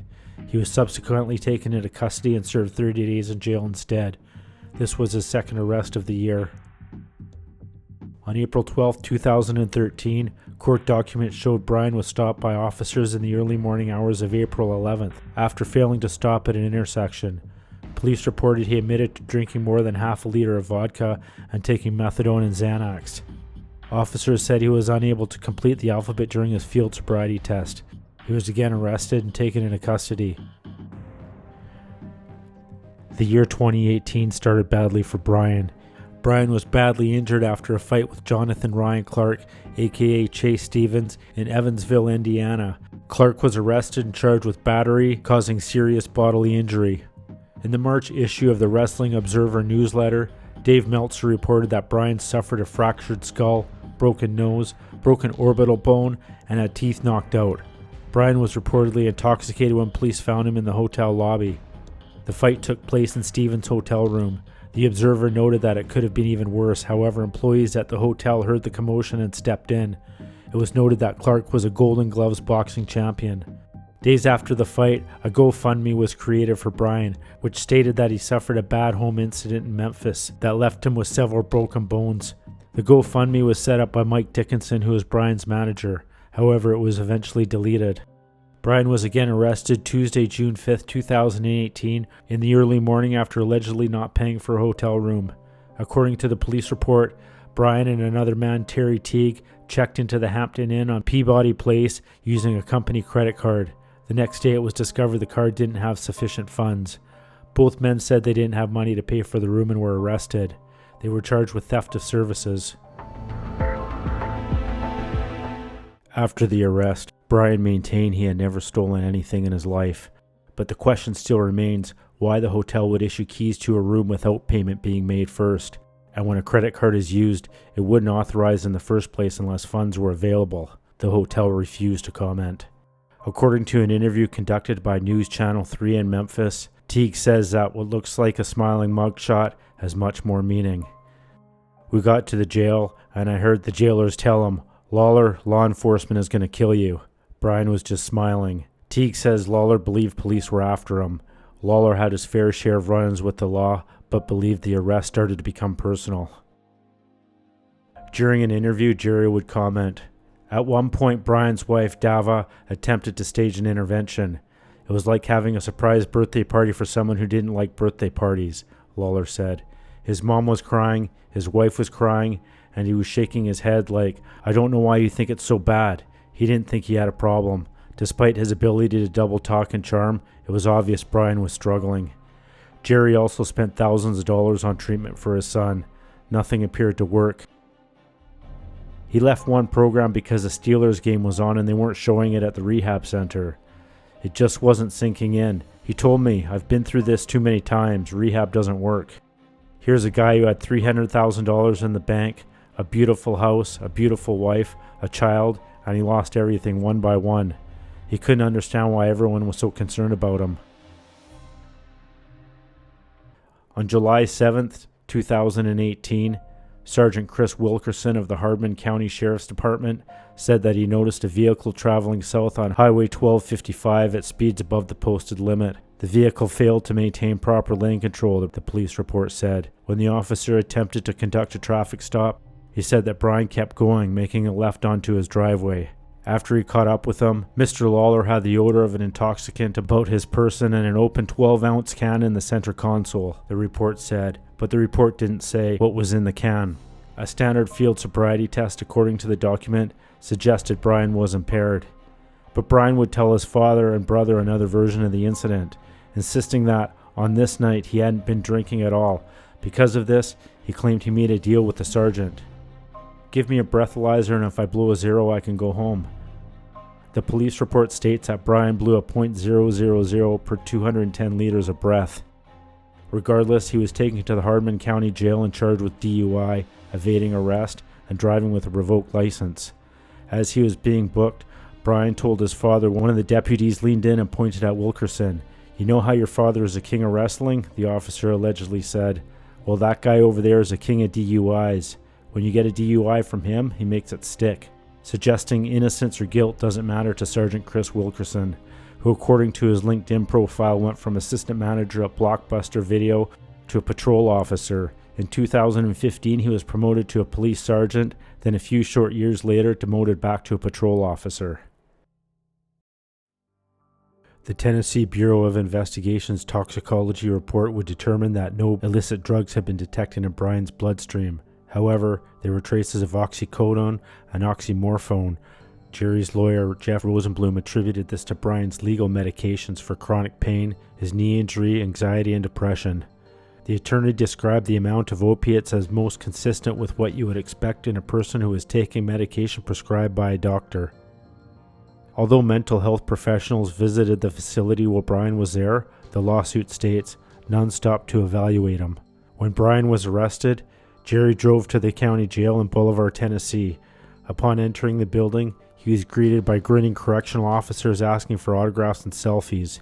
It was like a personal appearance, he said. Jerry felt like a father struggling to choose the best course of action for a kid with substance abuse issues. It didn't matter that this particular kid was 46 years old. Brian's behavior had given Jerry every indication that his son couldn't be responsible for himself. Once Jerry got inside the jail and talked to Brian, he started to feel a little better. Sheriff John Doolin joined their conversation and reminded Brian that they had met a year or so earlier. Bond had been set, and bond could have been made, and the decision was not to make the bond because of the promises and assurances made by Sheriff Doolin to Jerry Lawler that he would protect his son and make sure that he got some help for the alcohol and drug addiction issues that had been plaguing Brian. Jerry had come to the jail to bond out his son, but now he had second thoughts. When Brian returned to his cell, Jerry and Doolin spoke. It was pointless to bring Brian home. Jerry claims that the sheriff told him, since the younger man was scheduled for a court appearance next week, at which time he'd be sentenced to a mandatory 90 days for DUI and evading arrest, the days spent behind bars would count as time served. He told me this is the safest place for Brian too, because we will get him the help that he needs. I'll personally look out for Brian. Brian will be safe in here. So Jerry made the fatal decision. He told Doolin to leave Brian in custody. I was hoping staying in jail would mean he finally got help, Jerry said. That's when the sheriff promised that they had a rehab program in jail. But Brian was never treated for drug and alcohol or mental health issues at the Hardin County Jail. On July 28, 2018, hours after allegedly getting sucker punched in a jailhouse fight and placed in solitary, Brian was allegedly found hanging in a cell. Ever since then, Jerry had been asking questions. First, whether his son was murdered behind bars and strung up to cover up the crime. Then, why a person with Brian's fertilities was placed in a cell with bolts protruding from the wall and allowed to keep shoelaces that could be used to hurt himself. Jerry believes that Doolin's pledge to protect Brian was a con. But there was another side of Brian Christopher that the fans didn't see. Brian had been diagnosed with a major depression disorder. The Brian you saw on television worked hard to be that Brian because he was managing depression. Behind bars, Brian was not able to receive his medication for depression, just ibuprofen for his chronic pain, Rosenblum said. For 3 weeks, the lawyer claimed, Brian was denied his other medications and was experiencing withdrawal.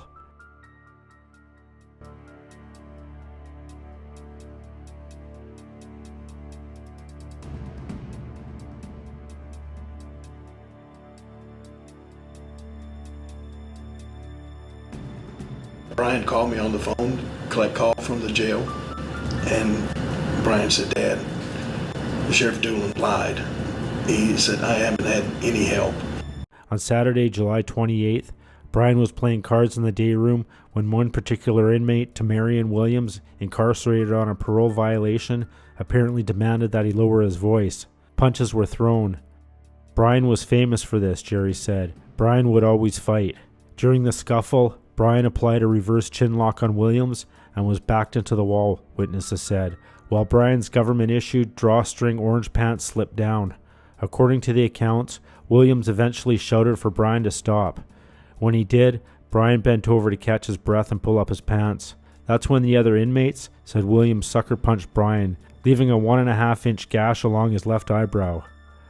Rosenblum said that Brian shouted that he had a concussion and needed stitches, and asked to be taken to the hospital. Instead, Jill Sheeran, a licensed practical nurse, applied a bandage before Brian was placed alone in an administrative holding cell, according to the attorney. This is not a decision that should be made by an LPN, Rosenblum said. They should have called a doctor or advanced practice nurse, described the wound and mentioned that he wanted stitches. But he was told, it's Saturday, you'll have to wait till Monday.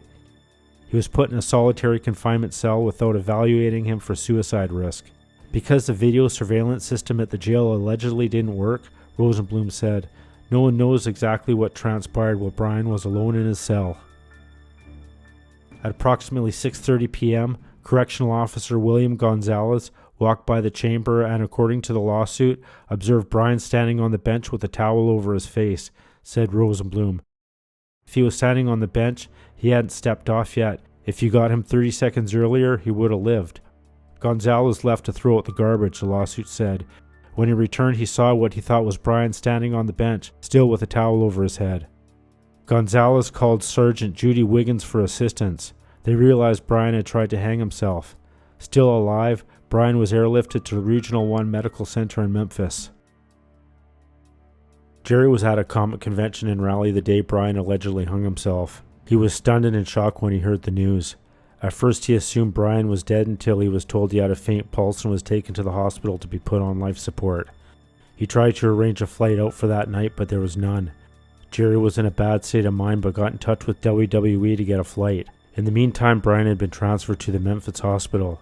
A flight back to Memphis had been arranged for Jerry. Brian was on life support as well as several medications for keeping his blood pressure stable. When Jerry arrived, his ex-wife Cade was at the hospital with family. Doctors had explained to Jerry that the life support was keeping Brian alive. Jerry was very upset over seeing the condition of Brian and told the doctor he didn't want to be put in the position of having to unplug him from the machine. Then Brian's blood pressure started to drop and would eventually bottom out. Jerry held Brian's hand as he slipped away. At 3:49 p.m. on July 29, 2018, Brian Christopher Lawler was pronounced dead. Instinctively, Jerry snapped a photo of his son's lifeless body and texted it to Sheriff Doolin. "I told him I trusted you and believed you when you told me my son would be safe in your jail, and now he's dead," Jerry said. Doolin texted back, "I'm sorry for your loss." "Hurts my heart to know how Brian decided to check out," The Rock posted on Instagram. "I never knew him to be suicidal, but I guess sometimes the pain gets too much for one to take. I'll miss you, man, and the times we had. Thanks for being a great friend. Thanks for being my boy." Jerry Lawler was initially cynical about the notion that his son had taken his own life. He suspected that Brian had been killed in a fight and hung up to cover the assault. In the words of my attorney, there's so much smoke that has come out of that Bolivar jail that there's got to be fire somewhere. His theory was based on more than paranoia. In the photo taken at the hospital, Brian was wearing an oxygen mask, while brown marks covered around the back of his head and the sides of his neck, stopping just before the throat area.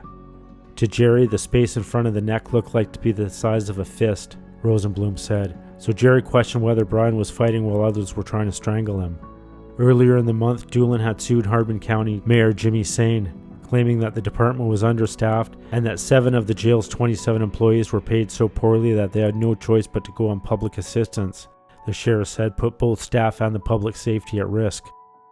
Jerry did not believe Brian died by suicide. On his podcast, Jerry opened up that week's episode saying he wanted to vent a little bit. He would go on to say, "A lot of people have expressed, I have doubts as to whether Brian really did commit suicide. We've been contacted by inmates that were in the jail with Brian that said they don't believe what was told is actually what happened. We just want to know what really actually happened. Right now there's a lot of doubt and a lot of questions that are going to have to be answered in the next few months." Jerry would also comment, "You may say, hey, you don't want to face the inevitable, but we've been contacted by another person who witnessed. I shouldn't say any more because this investigation is ongoing and it may take a long time for this to all get sorted out." My attorney just looked at this and his exact words were, "Jerry, this doesn't pass a smell test. Something seems not right about this whole thing." Jerry brought up Brian's personal issues, which included multiple run-ins with the law, but has never known his son to be suicidal. He knew he needed help and wanted to help, Jerry said. Once he got straightened out, that's what he wanted to spend his time doing, working with other people who were in the same boat as Brian. You lay awake at night thinking what could have been done differently. How do we get to this point? What could have really happened? It's hard to go to sleep when all that's on your mind. In the lawsuit, Jerry alleges that Sheriff John Doolin had promised him that Brian would receive support regarding his addiction issues while incarceration, before going on to allege that the promise was broken and he feels betrayed by Doolin. Jerry Lawler is seeking $3 million in damages and any other damages the court sees fit to award. He is also seeking a court order forcing Hardin County to make changes to prevent any further incidents similar to what happened with Brian. According to experts who examined the photos of Brian's neck, the marks were not consistent with someone who had hung themselves, as well as the marks on Brian's hands resembled self-defense wounds as though he was trying to protect himself from being strangled. "I think they were strangling him," said Terry Teague, Brian's best friend. "I think they had him down in his holding cell, and they were strangling him and he was fighting for his life." Teague said he's not buying the suicide story because Brian saved him from suicide twice. "He talked me out of it," Teague said. "Again, he told me, listen, look at life from outside the box. He also goes on to say he loves himself too much to take his own life. He told me straight up, he said, "Man, if I ever died, don't let them say it was a suicide." He said, "Because here's the thing, even if nobody else in this world loves me, I love myself enough not to take my own life." That's why Teague says everyone inside the jail should be investigated. In a Facebook post by Teague, he posted a screenshot of a text he received from Brian on June 28th, where he told his friend among his 3 biggest fears in life, the first one was the police killing me and getting away with it. With someone who has also had their fair share of run-ins with the law, Terry Teague would have nothing to gain by going public with these allegations, but on the contrary, risking his own personal well-being. This wasn't the first time Sheriff John Doolin was named in a lawsuit for negligence and failing to provide proper medical treatment for somebody in his custody. On January 29, 2013, Nelson Jenkins also named Doolin in a lawsuit. According to court documents, Jenkins had been diagnosed with pancreatitis and was receiving regular medical treatment that properly controlled his condition. After he arrived at the jail, he completed a medical history form and advised jail officials of his ailment. While in the defendant's custody, he repeatedly complained of bodily pain and his need to be seen by a physician for his pancreatitis. His requests were ignored or refused, and on one occasion, Jenkins was told by Doolin that, "We can't take you to the doctor." Plaintiff continued to be severely ill for several weeks. At some point, he was taken to the jail nurse, who provided him with over-the-counter pain medication. His condition continued to deteriorate, resulting in an inability to eat and his feet turning black. At some point thereafter, Jenkins lost consciousness and woke up in a Jackson, Tennessee hospital. Many accuse a private prison in West Tennessee routinely putting profits over the well-being of its prisoners. Brian was not the first to experience this, nor was he the last. Hardeman County Correctional Facility officers found Albert Dorsey unresponsive in his cell on September 14, 2021. Less than an hour later, he was pronounced dead. Dorsey's death was also first called in as a suicide, according to the county medical examiner's report. He was in his cell alone, and no one else had access, according to the notes scrawled in the report's margins. In this instance, cameras in the institution also, conveniently, weren't working. According to Dorsey's autopsy report, he was murdered. An investigation is ongoing. Auditors also found that the jail improperly identified the official cause of death for 8 of 38 inmates who died in custody between 2017 and 2019. The department's ability to provide accurate and complete information relating to deaths and other serious incidents is problematic, the audit stated. A Jackson Sun review of 5 years of data reveals that even when controlled for similar inmate populations, the homicide rate at the privately run Tennessee prison is more than twice the homicide rate of prisons run by the Tennessee Department of Corrections.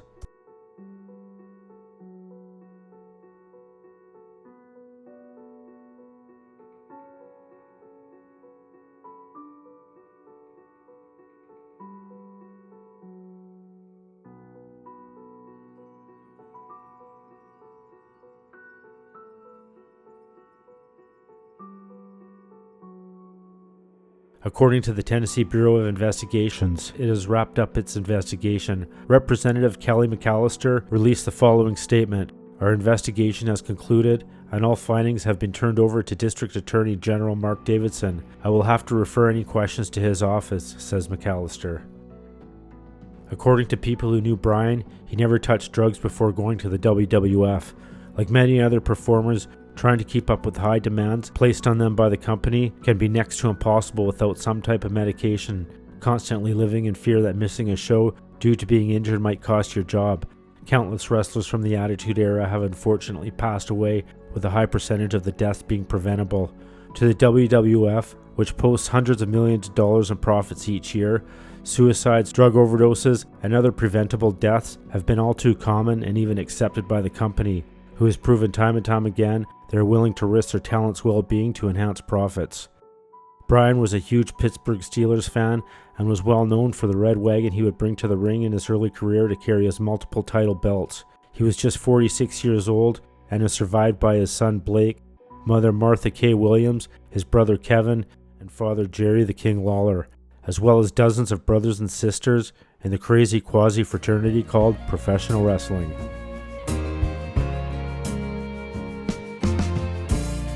Been trying my best to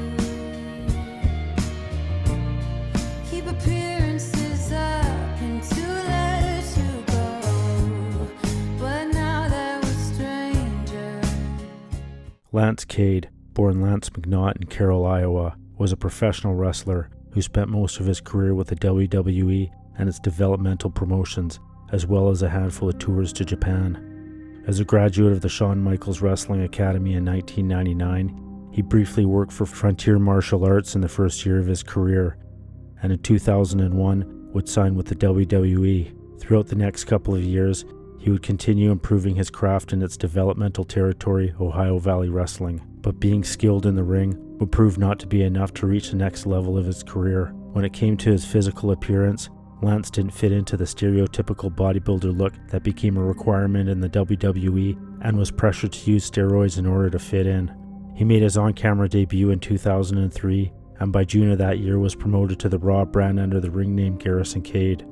Over the next 5 years, he became a regular on the main roster, teaming with both Trevor Murdoch and Chris Jericho, and becoming a 3-time tag team champion. In 2008, he suffered a seizure on a plane, requiring emergency medical care. Lance, like many other performers in the WWE, would rely on a cocktail of prescription medications, as well as performance enhancers, in order to meet the high demands placed on them by the company. Realizing he had a problem, he eventually reached out to the company and took advantage of their wellness policy, which offered to pay for rehab to any performer past or present suffering from addiction. 6 weeks later, he was released from his WWE contract. Many fans believe the WWE acted too harsh on Lance. He was rehired by the company in 2009, appearing in one of its developmental territories, Florida Championship Wrestling, but was released in 2010 without returning to the main roster. In August of that year, Lance passed away at the age of 29, reported as an accidental drug overdose. At the same time, Linda McMahon was deep in her campaign run to become U.S. Senator. Among several other controversies during her crusade, when asked about Lance's untimely passing, she would go on to say the WWE had no more responsibility for its talent than the studio Heath Ledger worked for at the time of his death. She would also downplay their relationship, and was quoted as saying she didn't really know him and might have met him once. According to Lance's father Harley, he witnessed Linda having interactions with Lance at more than one WWE event and was furious by her comments, as well felt Linda disrespected Lance and his entire family. During an interview, Christopher Nowinski described Linda's comments as kicking dirt on his grave. As a publicly traded company, history shows corporate profits typically come before the well-being of their performers. With a career that picked up steam so quickly, no one was expecting Lance's death to arrive so abruptly. This is a story of Lance Cade.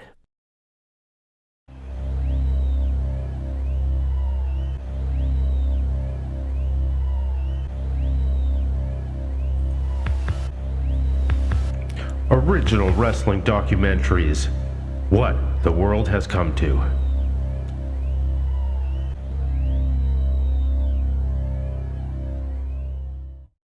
You knew Lance Cade, yes? Yes. And he dies this week, not the first death in your former profession or whatever you call it. Aberrational or part of a pattern? No, certainly part of a pattern. I mean, he had a drug addiction to painkillers.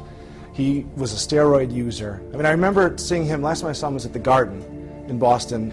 He was in catering and he said, you know, I wish I had a gimmick like yours. Me being the Ivy League guy, I could just talk. I didn't have to have a big steroid body. So he said, so I could stop using these steroids. And he also said because the pressure is to use them because the WWE rewards the guys who use them. Now, do the people who run the WWE, they know all this is going on? Do they encourage all this?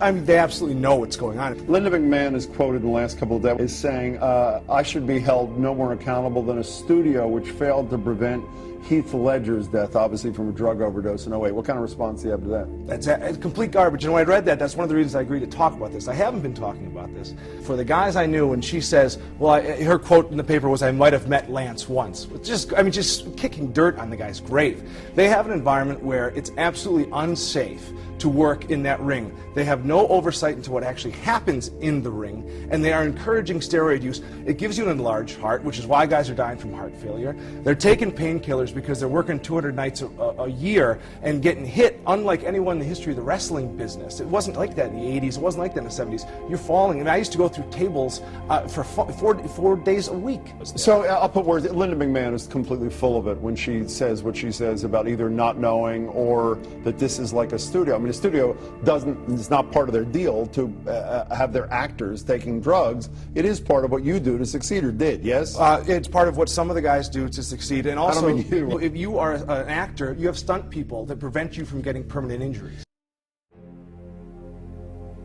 When I found his body, it was the worst day of my life. No parent should ever have to make funeral arrangements for their own child.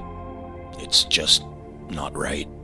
He was only 29. He had his whole life ahead of him. The McMahon family and that whole WWE circus needs to be investigated. You can say wellness policy this or that, but until a tragedy happens, no one even cares. These men and women travel on the road with no off-season or time to let their bodies heal, and all the company cares about is profits. How many of their wrestlers have died in the last 5 or 10 years? Not to mention the families and kids they leave behind. Lance was a father. He had 2 beautiful daughters and a stepson, who are always going to grow up asking, why did my daddy have to die so young? I'll tell you that Linda or Vince McMahon would be acting a lot different if they got a phone call and it was Shane or Stephanie laying in the morgue.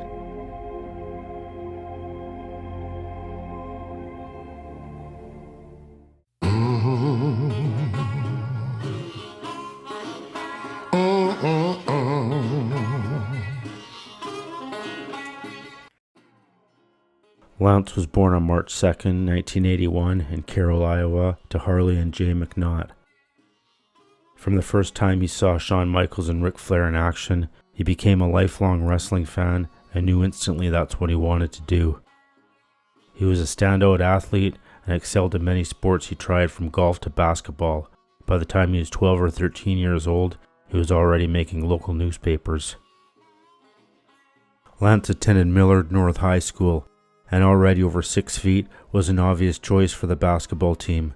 He was the best player they had and helped them win many games, but couldn't get wrestling off his mind. In high school, he was on the basketball team. He was already 6'4", but ever since he was old enough to talk, all he would talk about is wrestling. While spending his days training in the weight room with the football team, he made up his mind that's what he wanted to do, either become a basketball player or a pro wrestler. With offers from several colleges for scholarships on the table, Lance found out about Shawn Michaels Wrestling School and declined them all, and at 18, he packed his bags and moved to San Antonio, Texas, where he would train alongside future WWE stars Daniel Bryan and Brian Kendrick. Lance immediately caught the attention of Shawn Michaels as a potential star for the future. He was an 18-year-old kid who stood 6'5" and had the look Vince McMahon looked for in a top star. I don't regret his decision to become a wrestler, because that was his dream from childhood. He loved the business. Daniel Bryan talked about Lance Cade in his book. Lance caught Shawn's eye from the very beginning. He was a big guy from Nebraska, tall, muscular, and athletic. He was good looking too, with his long blonde hair, and only 18 at the time. That first day of training, among all the calisthenics and rolls, we also did something involving jumping. Lance could jump to the moon, and when Shawn saw him jump so high, he immediately said in front of everyone, "I smell money." It was clear that Lance was one of Shawn's early favorites.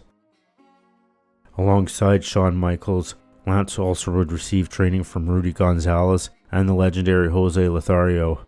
Lance was at the top of his class and would make his in-ring debut in Shawn's local promotion, Texas Wrestling Alliance, where he started out as a planted fan, interfering in matches. When Bruce Pritchard came down to the school to scout talent for the WWF, he signed 4 students from the class: Shooter Schultz, Brian Kendrick, Daniel Bryan, and Lance.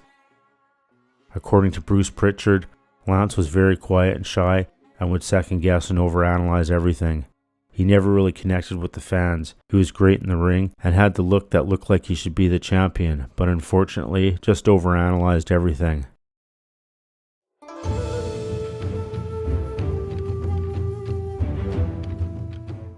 Lance would go to Japan with Daniel Bryan, who was now calling himself the American Dragon. There they would work together as a tag team.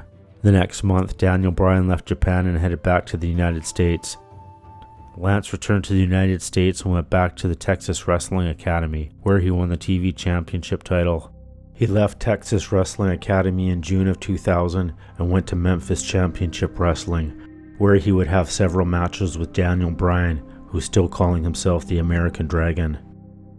In August of 2001, he was sent to Heartland Wrestling Association, which at the time was a developmental promotion for the WWE run by Les Thatcher.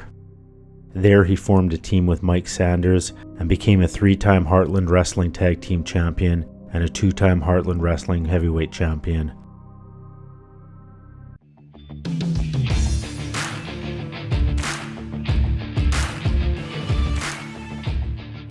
On June 22, 2002, Lance wrestled a dark match at a WWE Raw house show where he defeated Johnny Stamboli. Backstage during a meeting with Jim Ross, Lance was told he needed to work on his upper body and again felt pressure to use performance enhancement drugs, as making the main roster was a dream of Lance's since he was a little kid. Jim Ross liked Lance both as a person and as a performer. Unlike Bruce Pritchard, Jim Ross could see the potential Lance had and the star he could be.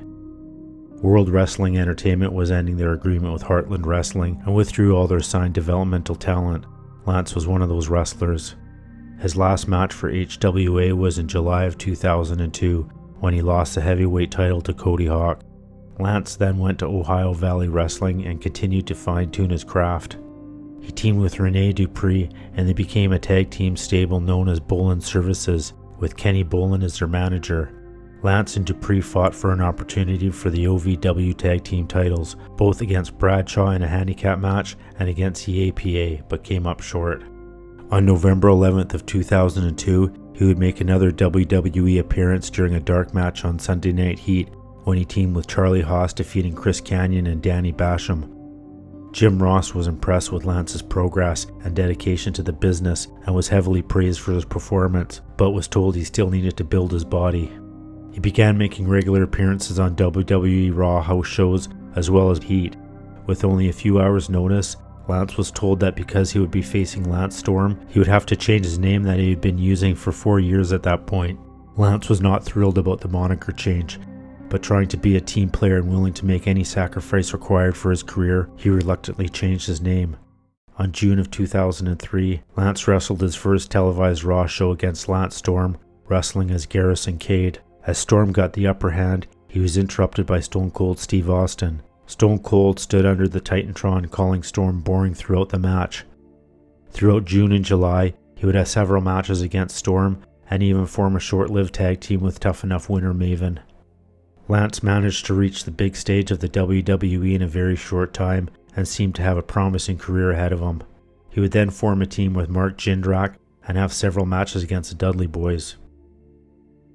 They would remain a team for the rest of 2003 and until March of the next year. Lance would begin wrestling more as a singles performer, but also formed several short-lived tag teams, teaming with Chuck Palumbo, Johnny Nitro, and even Jonathan Coachman.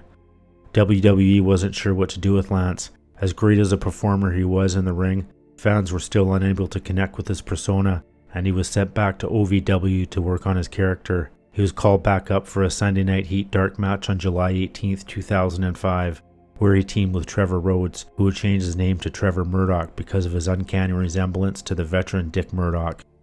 The next night during a WWE Raw house show, him and Murdoch would defeat Chris Cage and The Miz and would again be known as Lance Cade. Lance and Murdoch not only had chemistry in the ring, but outside as well. The two quickly became close friends and traveling with one another. WWE immediately noticed how well they worked together. Lance played the role of a smooth-talking cowboy, while Murdoch was depicted as an angry southern trucker. Over the next 3 years, the two would capture the tag team titles on 3 separate occasions.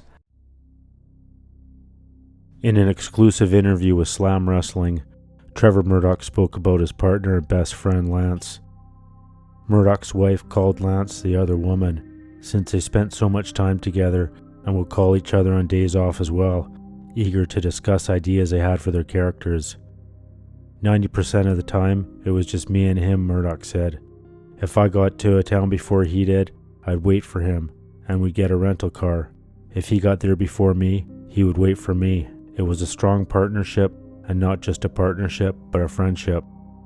Initially, Lance was asked to choose between Murdoch, fresh from Harley Race's wrestling school, and Kevin Thorne, who he had known in the WWE's developmental system. Murdoch's unique look appealed to Lance, and they clicked, sharing a deep passion for the business. Murdoch would go on to say, WWE thought they were putting two guys together so they could make $1 million. What they didn't know is they were putting two guys together that became best friends. Upon teaming up, Murdoch and Lance quickly won the WWE World Tag Team Championship, but politics and physical attributes led to some up and down booking in their respective careers. Murdoch explained how their title run was pulled away for no reason and didn't get an explanation at the time, but noted they had later found out it was due to an argument with the head producer. Later on, Murdoch said he and Lance were pulled off television, and while they kept throwing out ideas to WWE to bring themselves back, they continued to be rejected. When asking for an explanation why, Murdoch said the writing team told him it was due to Vince McMahon and a particular issue related to the duo's appearance. Murdoch would go on, "We sat down with Vince, Lance on one side, I'm on the other, and we just asked him outright, the writers are throwing ideas at you, we're throwing ideas at you, and you keep shooting us down. What is it that you're not happy with when it comes to us?" And he pulled down his glasses, looked at both of us, and he looked at Lance, who had black hair at the time, and he goes, "I hate your fake black hair." And he looked at me and he goes, "I don't like your pasty white skin." The next day, I'm tan and my partner's got bleached blonde hair. Sure enough, Vince gets a picture of it. Next week we're on TV. On December 28, 2007, Lance separated his shoulder at a house show in Atlanta and was inactive for the next month. His painkiller addiction began to kick in full force, as a constant fear of losing his spot in the main roster forced him to return much sooner than he should have. Lance had been injured on the job, requiring surgery on a shoulder in 2009 and receiving a prescription for a knee injury in 2004. Once you try to climb the ladder and get a spot, you shut it down due to an injury, and you lose your spot and go right back down to the bottom. So it's, here, take a few painkillers. Make the world go away.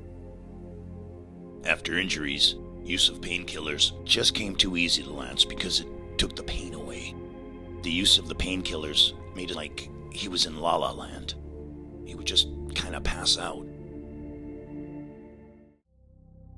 Lance made his return teaming with Murdoch on the February 4th episode of Raw in a losing effort to Bob Holly and Cody Rhodes. In April of 2008, Trevor Murdoch began to develop a country singing gimmick. On the May 12th episode of Raw, Lance turned on Murdoch, punching Murdoch in the face twice, ending the partnership. The two faced off on the June 2nd, 2008 edition of Raw, with Lance getting the victory to end their feud.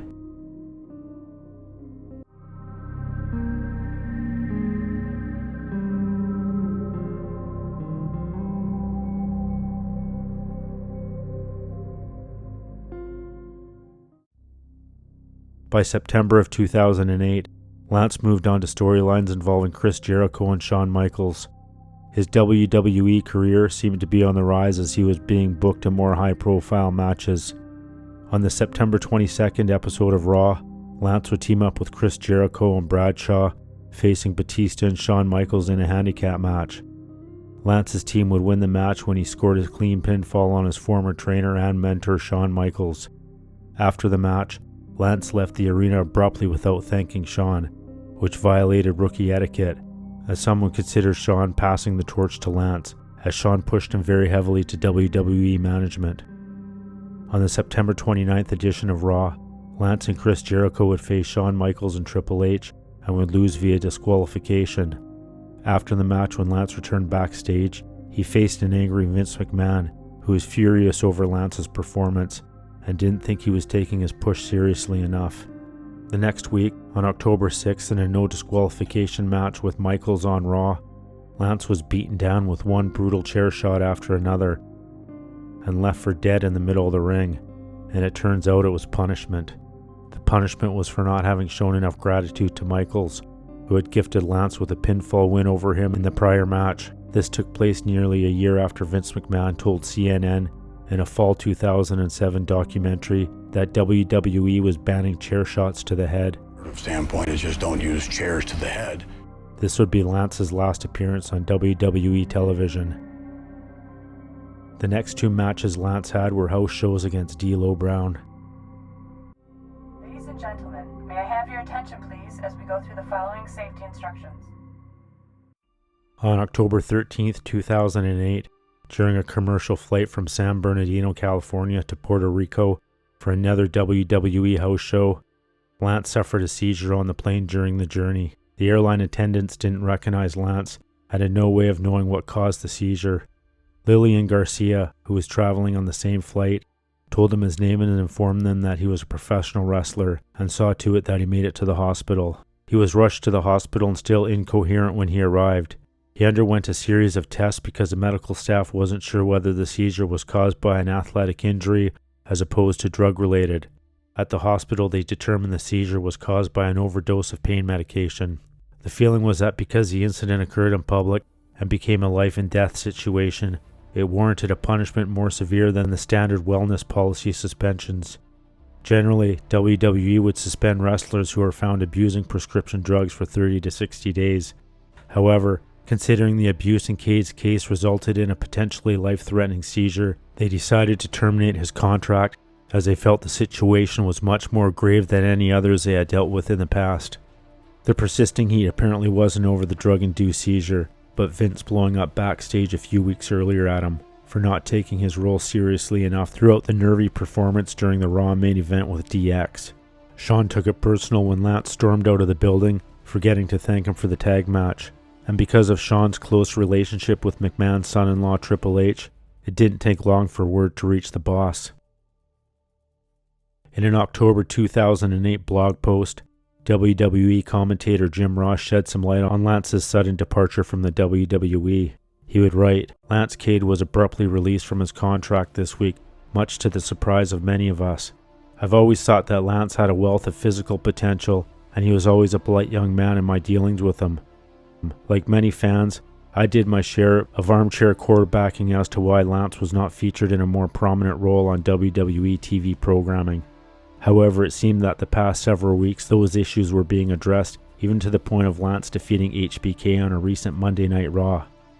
The story I read on many internet sites about the reason for Lance's sudden dismissal isn't accurate. Many pundits speculate that Lance was dismissed because of a bad performance in a recent TV bout against DX on Raw, which is absolutely untrue. Lance's dismissal had zero to do with his in-ring performance or his lack of ability. Lance Cade was dismissed from WWE because, like many humans, he made a major league mistake while utilizing bad judgment that cost him his job. This included Lance having a seizure on an airplane and having to have emergency medical care. Luckily, Lillian Garcia was on the same flight and was instrumental in helping Lance get taken to the hospital, where a battery of tests were run that luckily determined that there was nothing seriously wrong with the young man, such as a brain tumor. Everyone makes mistakes. Lord knows I have made plenty in my career, but in this day and time some mistakes simply just can't be condoned. To some fans, Lance Cade will still likely be perceived as a victim in this matter, and his punishment too harsh.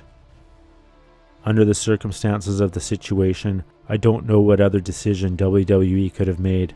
I'm just relieved it wasn't me in my former role that would have had to address this matter. I really like this kid, and hope that he continues to follow his dreams.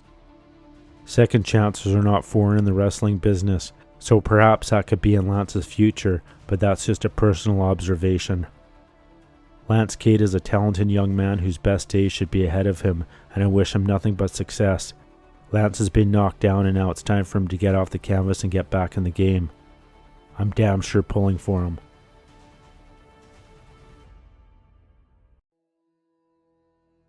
Upon his WWE release, Lance dedicated spending more time with his family and would also reunite with his partner Trevor Murdoch, making appearances in the NWA, as well as returning to Japan in December of that year, teaming with his former tag team partner Rene Dupree for Hustle on December 24th and 25th. They appeared as masked wrestlers Dinah and Mike Sharp, a parody of the Sharp brothers. But even though Lance was back in the ring full time, he was halfway across the world and thousands of miles away from his kids. This would be the first time not being home for Christmas.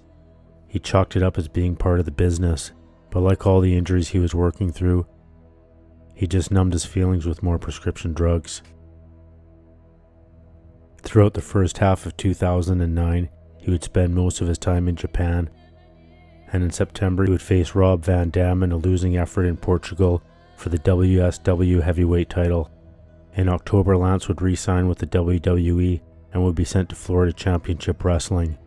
But unfortunately, Lance's painkiller addiction had gotten worse over the previous year, as he was splitting his time between the NWA and long tours to Japan.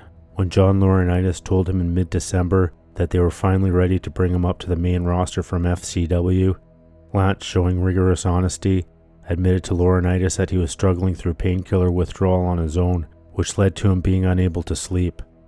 This subsequently led Lance to becoming addicted to sleeping pills as well, so he asked to go to drug rehabilitation, which he successfully completed in February of 2010. Laurinaitis assured Lance he would have a spot for him on the roster when he completed treatment. 6 weeks later, and after passing several drug tests for the WWE, he was released from his contract, with no explanation given. Shawn Michaels told him he was done as a WWE wrestler and would never be used as a main eventer by the company. After being with the company for a decade and injuring himself over and over, proving he would do anything asked to him by Vince McMahon, he was wished well on his future endeavors. What got to me more was the notion that he had done the right thing in seeking out rehab to overcome his addiction, continued to pass drug tests, and yet been released by the WWE nevertheless. They tested him from the toe to the top of his head. He passed those tests, only to be released anyway. After he gets out of rehab, what is it now? He embarrassed you? Is that what it is? Don't tell me that you care about these people. Lance would have cut his arm off for Vince McMahon, but it wasn't there in return. He don't care any more than the man in the moon for them, other than his dollar signs. Lance wouldn't stay unemployed for long. Shortly after, he would sign with All Japan Pro Wrestling, and the next month again would be making grueling trips to Japan. Because of the difference in culture and the way addiction and recovery is viewed in Japan, it was impossible for Lance to stay off the pain medication and sleeping pills, and began using even heavier than he did before rehab. Lance would comment during an interview with Kenny Bolin in May of 2010. "Here I am, the first active wrestler under contract with him that asked for help, and ending up talking to Shawn Michaels 6 weeks after I did that, and him pretty much telling me I'm done. It's like, well, geez, you guys really do care about your talent, don't you? Here I made a pretty grown-up decision, for all the positive things in my life, my family, myself, and of course my career, to benefit everybody, and they take that as a bad thing." His last match was in Japan on July 4th. Lance was eager to return to the States and see his family. During the second week of August, it was reported that family members believed there was something wrong with Lance, including his wife Tanya, who noticed he didn't look healthy and that he was having trouble breathing. Lance was rushed to the hospital on the evening of Tuesday, August the 10th, and was released the next day. His father Harley noticed that Lance showed up to his work on August the 12th and was not looking good at all.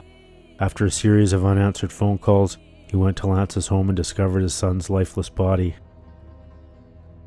According to the San Antonio Medical Examiner, Lance passed away from mixed intoxication, complicating a cardiomyopathy. When Dave Meltzer reported on Lance's death, he received a call from Vince McMahon because he originally thought Lance Storm had passed away.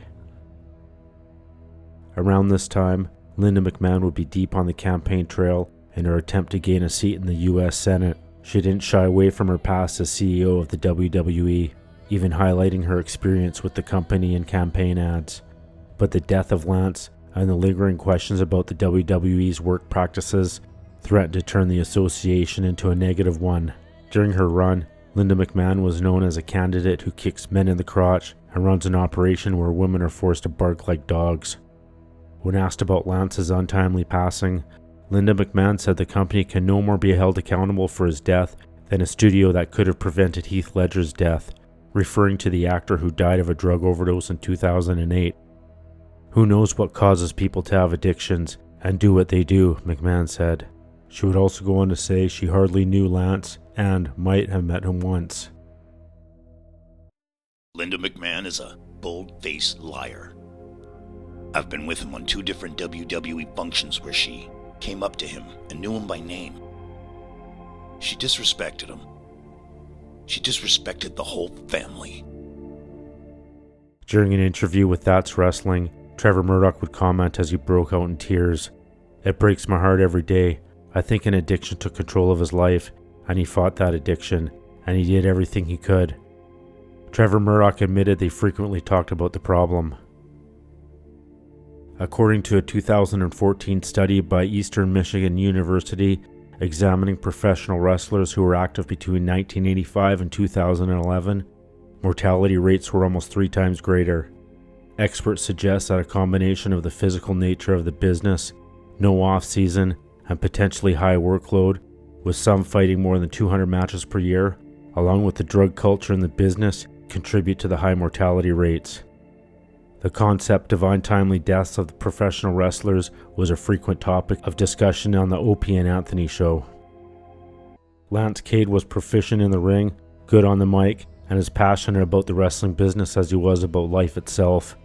He represents a dark side of wrestling's big bright show, a side that few want to acknowledge, particularly not Vince and Linda McMahon. After a decade of dedication to the company, sacrificing his body, his health, and eventually his life, he has been forgotten by the WWE and never mentioned again publicly by the corporation. That was the story of Lance Cade.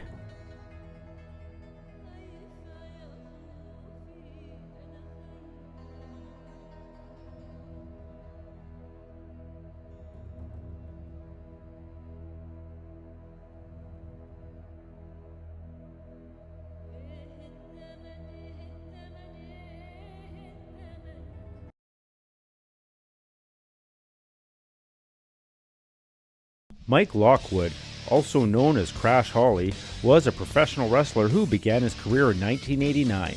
One of the most memorable and entertaining performers of the World Wrestling Federation Attitude Era for almost 5 years, Mike was known as Bob Holly's kayfabe cousin, and even came up with the Spike Dudley and Molly Holly relationship angle. During his time with the WWF, Mike both enraged and engaged fans. As well as Crash Holly, during his career he would also use the names Aaron O'Grady, the Leprechaun, the Green Ghost, Johnny Pearson, and Mad Mikey. One of the wrestlers who took pride in putting together his matches and actively pitched ideas to the writers on a regular basis. During his WWF career, Mike established himself in the hardcore division by winning the WWF Hardcore Championship on 22 occasions, with many of his reigns coming during a period when the title was defended 24/7. He was also a one-time WWF European Champion and a one-time WWF Light Heavyweight Champion. In total, Mike celebrated over 25 championship reigns in the WWF, after being released in June of 2003. That same year, Mike would join TNA Total Nonstop Action as Mad Mikey, where he would remain until his untimely death later that year. This is the story of Mike Lockwood, also known as Crash Holly.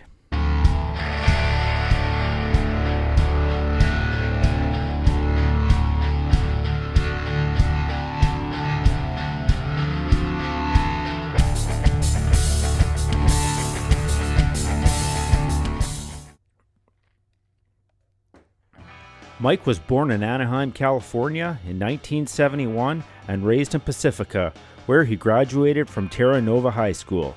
He became interested in professional wrestling in the 8th grade, inspired by Brady Boone. Mike decided he wanted to wrestle while in junior high, while stocking shelves at a local liquor store. At 16, he called Buzz Sawyer's wrestling school after seeing an ad on TV. I'm Mad Dog Buzz Sawyer. Do you got what it takes? Do you got the heart, the desire, the determination, the charisma to become a professional wrestler? Then if you do, I took time out of my busy schedule, out of my worldwide tour, to come here to Sacramento, California, and have the biggest training camp in the United States. If you got what it takes to become a pro wrestler, I want you to call right now. But was told he was too young. In 1989, he graduated from Terra Nova, unbeaten as a senior on the wrestling team. After graduation, he called Woody Farmer and signed up for his wrestling school in Hayward, California, which was also run by Mae Young and Pepper Gomez, paying an entry fee of $2,000. Mike would officially start training in 1989. Just after 6 months of training, he debuted in Bay Area Wrestling, which aired on the Sports Channel as Johnny Pearson, where he stayed until 1994. His first match was against Boris Gibbanoff. After dislocating his shoulder 5 times, which required surgery, he took 18 months off to recover. Throughout his whole career with Bay Area Wrestling, he was only paid $30 the entire time. When he decided to return, Woody was only running sporadic shows and now owned a piano moving business. He then wrestled on the independent circle as Irish Aaron O'Grady. He would start working for Paul Brown, who ran shows every few months and eventually became connected with Mike Modest. In 1996, he joined All Pro Wrestling, owned by Roland Alexander, where he became known as the Leprechaun Aaron O'Grady and had several matches with Vic Grimes. In 1997, he made a return to the Terra Nova High School gym as the Leprechaun during an independent spot show. His first match back, he was wrestling Matt Heisman, who would later gain fame as Spike Dudley. Mike trained with Spike and had many matches together over the years. Some of his best matches were with Vic Grimes, which got him his tryout with the WWF after Jim Cornette saw the tape of one of their matches. He would regularly use a crossbody off the top balcony. After viewing a tape of a match between Mike and Mike Modest, Extreme Championship wrestler Taz referred Mike to ECW owner Paul Heyman. Mike was still known as Aaron O'Grady and lost 4 untelevised matches in ECW in November 1997, including a dark match at November to Remember. Living in his dad's motorhome and helping out with the ring crew, he got into a disagreement with Taz, who was known to be hard on the newer talent. Mike ended up leaving ECW as he knew his WWF tryout was right around the corner. He went back to All Pro Wrestling in California and would even do a Taz impersonation. Mike got his tryout match in the WWF with Vic Grimes, and immediately after the match, both Mike and Vic Grimes were signed to a developmental deal. They were sent back to Memphis to learn how to put together a TV match and where the cameras were. Once in Memphis, he worked in Power Pro Wrestling for more training and even went to Mexico for 3 months. He wrestled in Monterrey under a mask as a Green Ghost and performed at the Super Astros show. He claimed after living in Mexico for 3 months, he still didn't speak a word of Spanish. Even though he didn't know Spanish, he still felt he was getting heat in the locker room. Not having a work visa and routinely getting stiffed in the ring, he felt his safety was in jeopardy and was sent back to Memphis. Mike claimed he enjoyed his time in Memphis, but admitted it was nerve-wracking not knowing from 1 week to the next if he would be called up to the main roster or fired, and regretted never being able to work with Jerry Lawler. Around that time, WWF was bringing in Mike Tyson for WrestleMania. Once a week, him, Sean Stasiak, and A-Train would drive up north to Louisville to work for Danny Davis to do his television taping, as well as a shot show at the Louisville Gardens. After getting a call from Bruce Pritchard and explaining the storyline where Bob Holly was pretending he was 400 pounds, he offered a spot as Bob's cousin, Crash, and was told to dye his hair. He was flown out to Buffalo and had a dark match with Kurt Angle. That impressed the office. Next week in Milwaukee, on August 6, 1999, he made his debut on TV as Crash Holly, conceived by Vince Russo. They became known as the Holly Cousins. Their relationship was a strained one, and Hardcore frequently threatened Crash. When they took the gimmick of claiming to be super heavyweights, over 400 pounds each, Crash would carry a scale to ringside to weigh in before matches. At first, Bob Holly wasn't excited about getting a kayfabe cousin, and even told Mike to his face he didn't know him and didn't like him or the idea. Eventually, after a couple of weeks, Mike earned Bob's respect. Once Vince McMahon told Bob how much he enjoyed the angle and the chemistry between the two.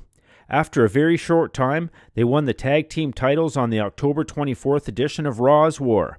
They defeated the Rock and Sock Connection for the titles. They would hold the championship until the November 4th edition of SmackDown, when they lost it to Mankind and his new partner, Al Snow. According to Mike, no matter how hard Bob hit him, he went in the back and shook his hand after and thanked him. Mike met his wife, Nikki Wheeler, when she escorted Mark Henry to the ring at Unforgiven 1999 in Charlotte, North Carolina. They married on New Year's Eve of that year. In early 2000, Crash Holly joined the Hardcore division. On the February 24th edition of SmackDown, he defeated Test to begin his first of 22 Hardcore Championship reigns.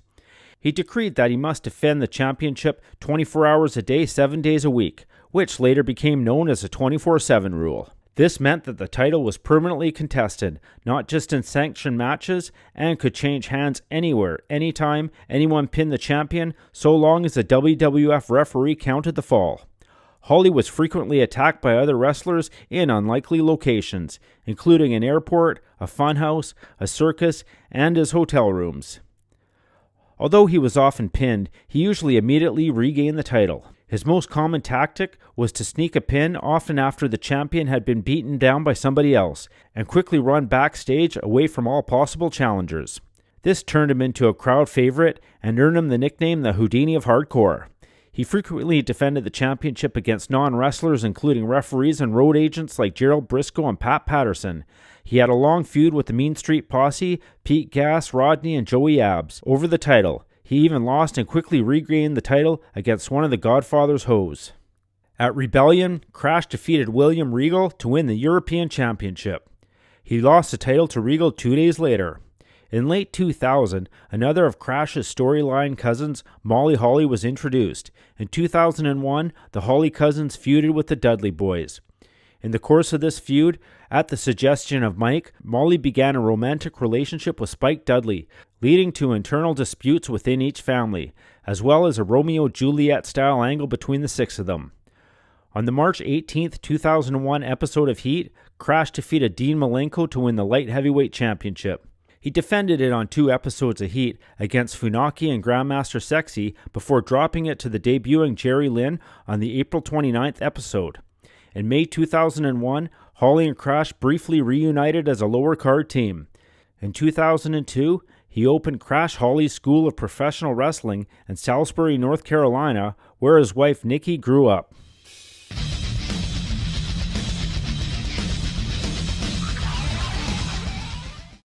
When the WWF was renamed World Wrestling Entertainment and divided into the Raw and SmackDown brands, Mike was assigned to the Raw roster, where he had little success. He jumped ship to SmackDown on the September 2, 2002 episode of Raw during a match with Jeff Hardy. Earlier, Raw General Manager Eric Bischoff was informed that a Raw wrestler would leave to reunite with a relative on SmackDown. On his first SmackDown match on September 5th, he defeated the Hurricane. He then feuded with Cruiserweight champion Jamie Noble. On the October 3rd SmackDown, Noble defeated Crash to regain the title. On December 19th, Crash teamed with Bill DeMott to defeat Noble and Nunzio. After the match, DeMott turned on Crash and attacked him. This led to a match on the next SmackDown, which DeMott won. After being sidelined for 4 months, Crash returned on the April 24, 2003 edition of SmackDown. He soon joined Matt Hardy and Shannon Moore in the Mattitude Followers, which was abbreviated to the MFers stable. As Crash was Moore's alleged apprentice, Hardy also referred to him as a Moore-on. His last several matches with the company were tag team matches with Moore, as well as house show matches against newcomer Orlando Jordan. On June 30th, 2003, Mike was released from the WWE. Mike's release was mutual, as he didn't understand what direction the company was going and wanted to pursue other things, and admittingly was personally a lot happier leaving.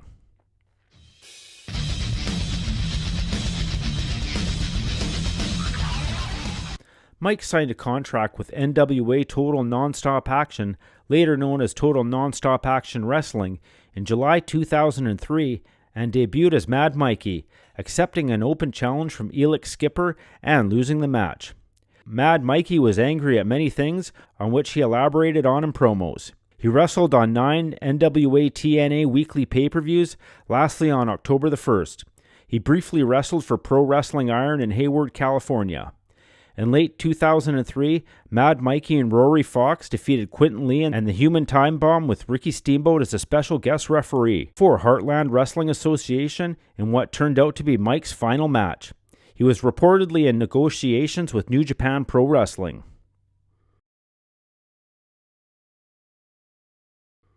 Mike passed away on November 6, 2003 at his friend Stevie Richards' house in Florida. He was 32 years old. He was found in a pool of vomit around his face. Empty bottles of prescription drugs and a partially consumed bottle of alcohol were found nearby. He had recently received divorce papers from his estranged wife. His death, caused by choking on his own vomit, was officially ruled a suicide. He was buried in China Grove in Rowan County, North Carolina. In August of 2005, Nora Greenwald, who performed alongside Mike as Molly Holly, released a DVD titled Nora Greenwald Shootin' the Crap, and a portion of the profits from the sale of the DVD went to Mike's daughter's education fund. He stated he loved doing comedy angles, and a lot of people to this day would agree Mike was one of the greatest hardcore champions, not because of his offense, but the way he could take a beating. One of his favorite title defenses was in the Newark Airport and in the arcade with the Headbangers. He believed his best overall matches were with Dean Malenko.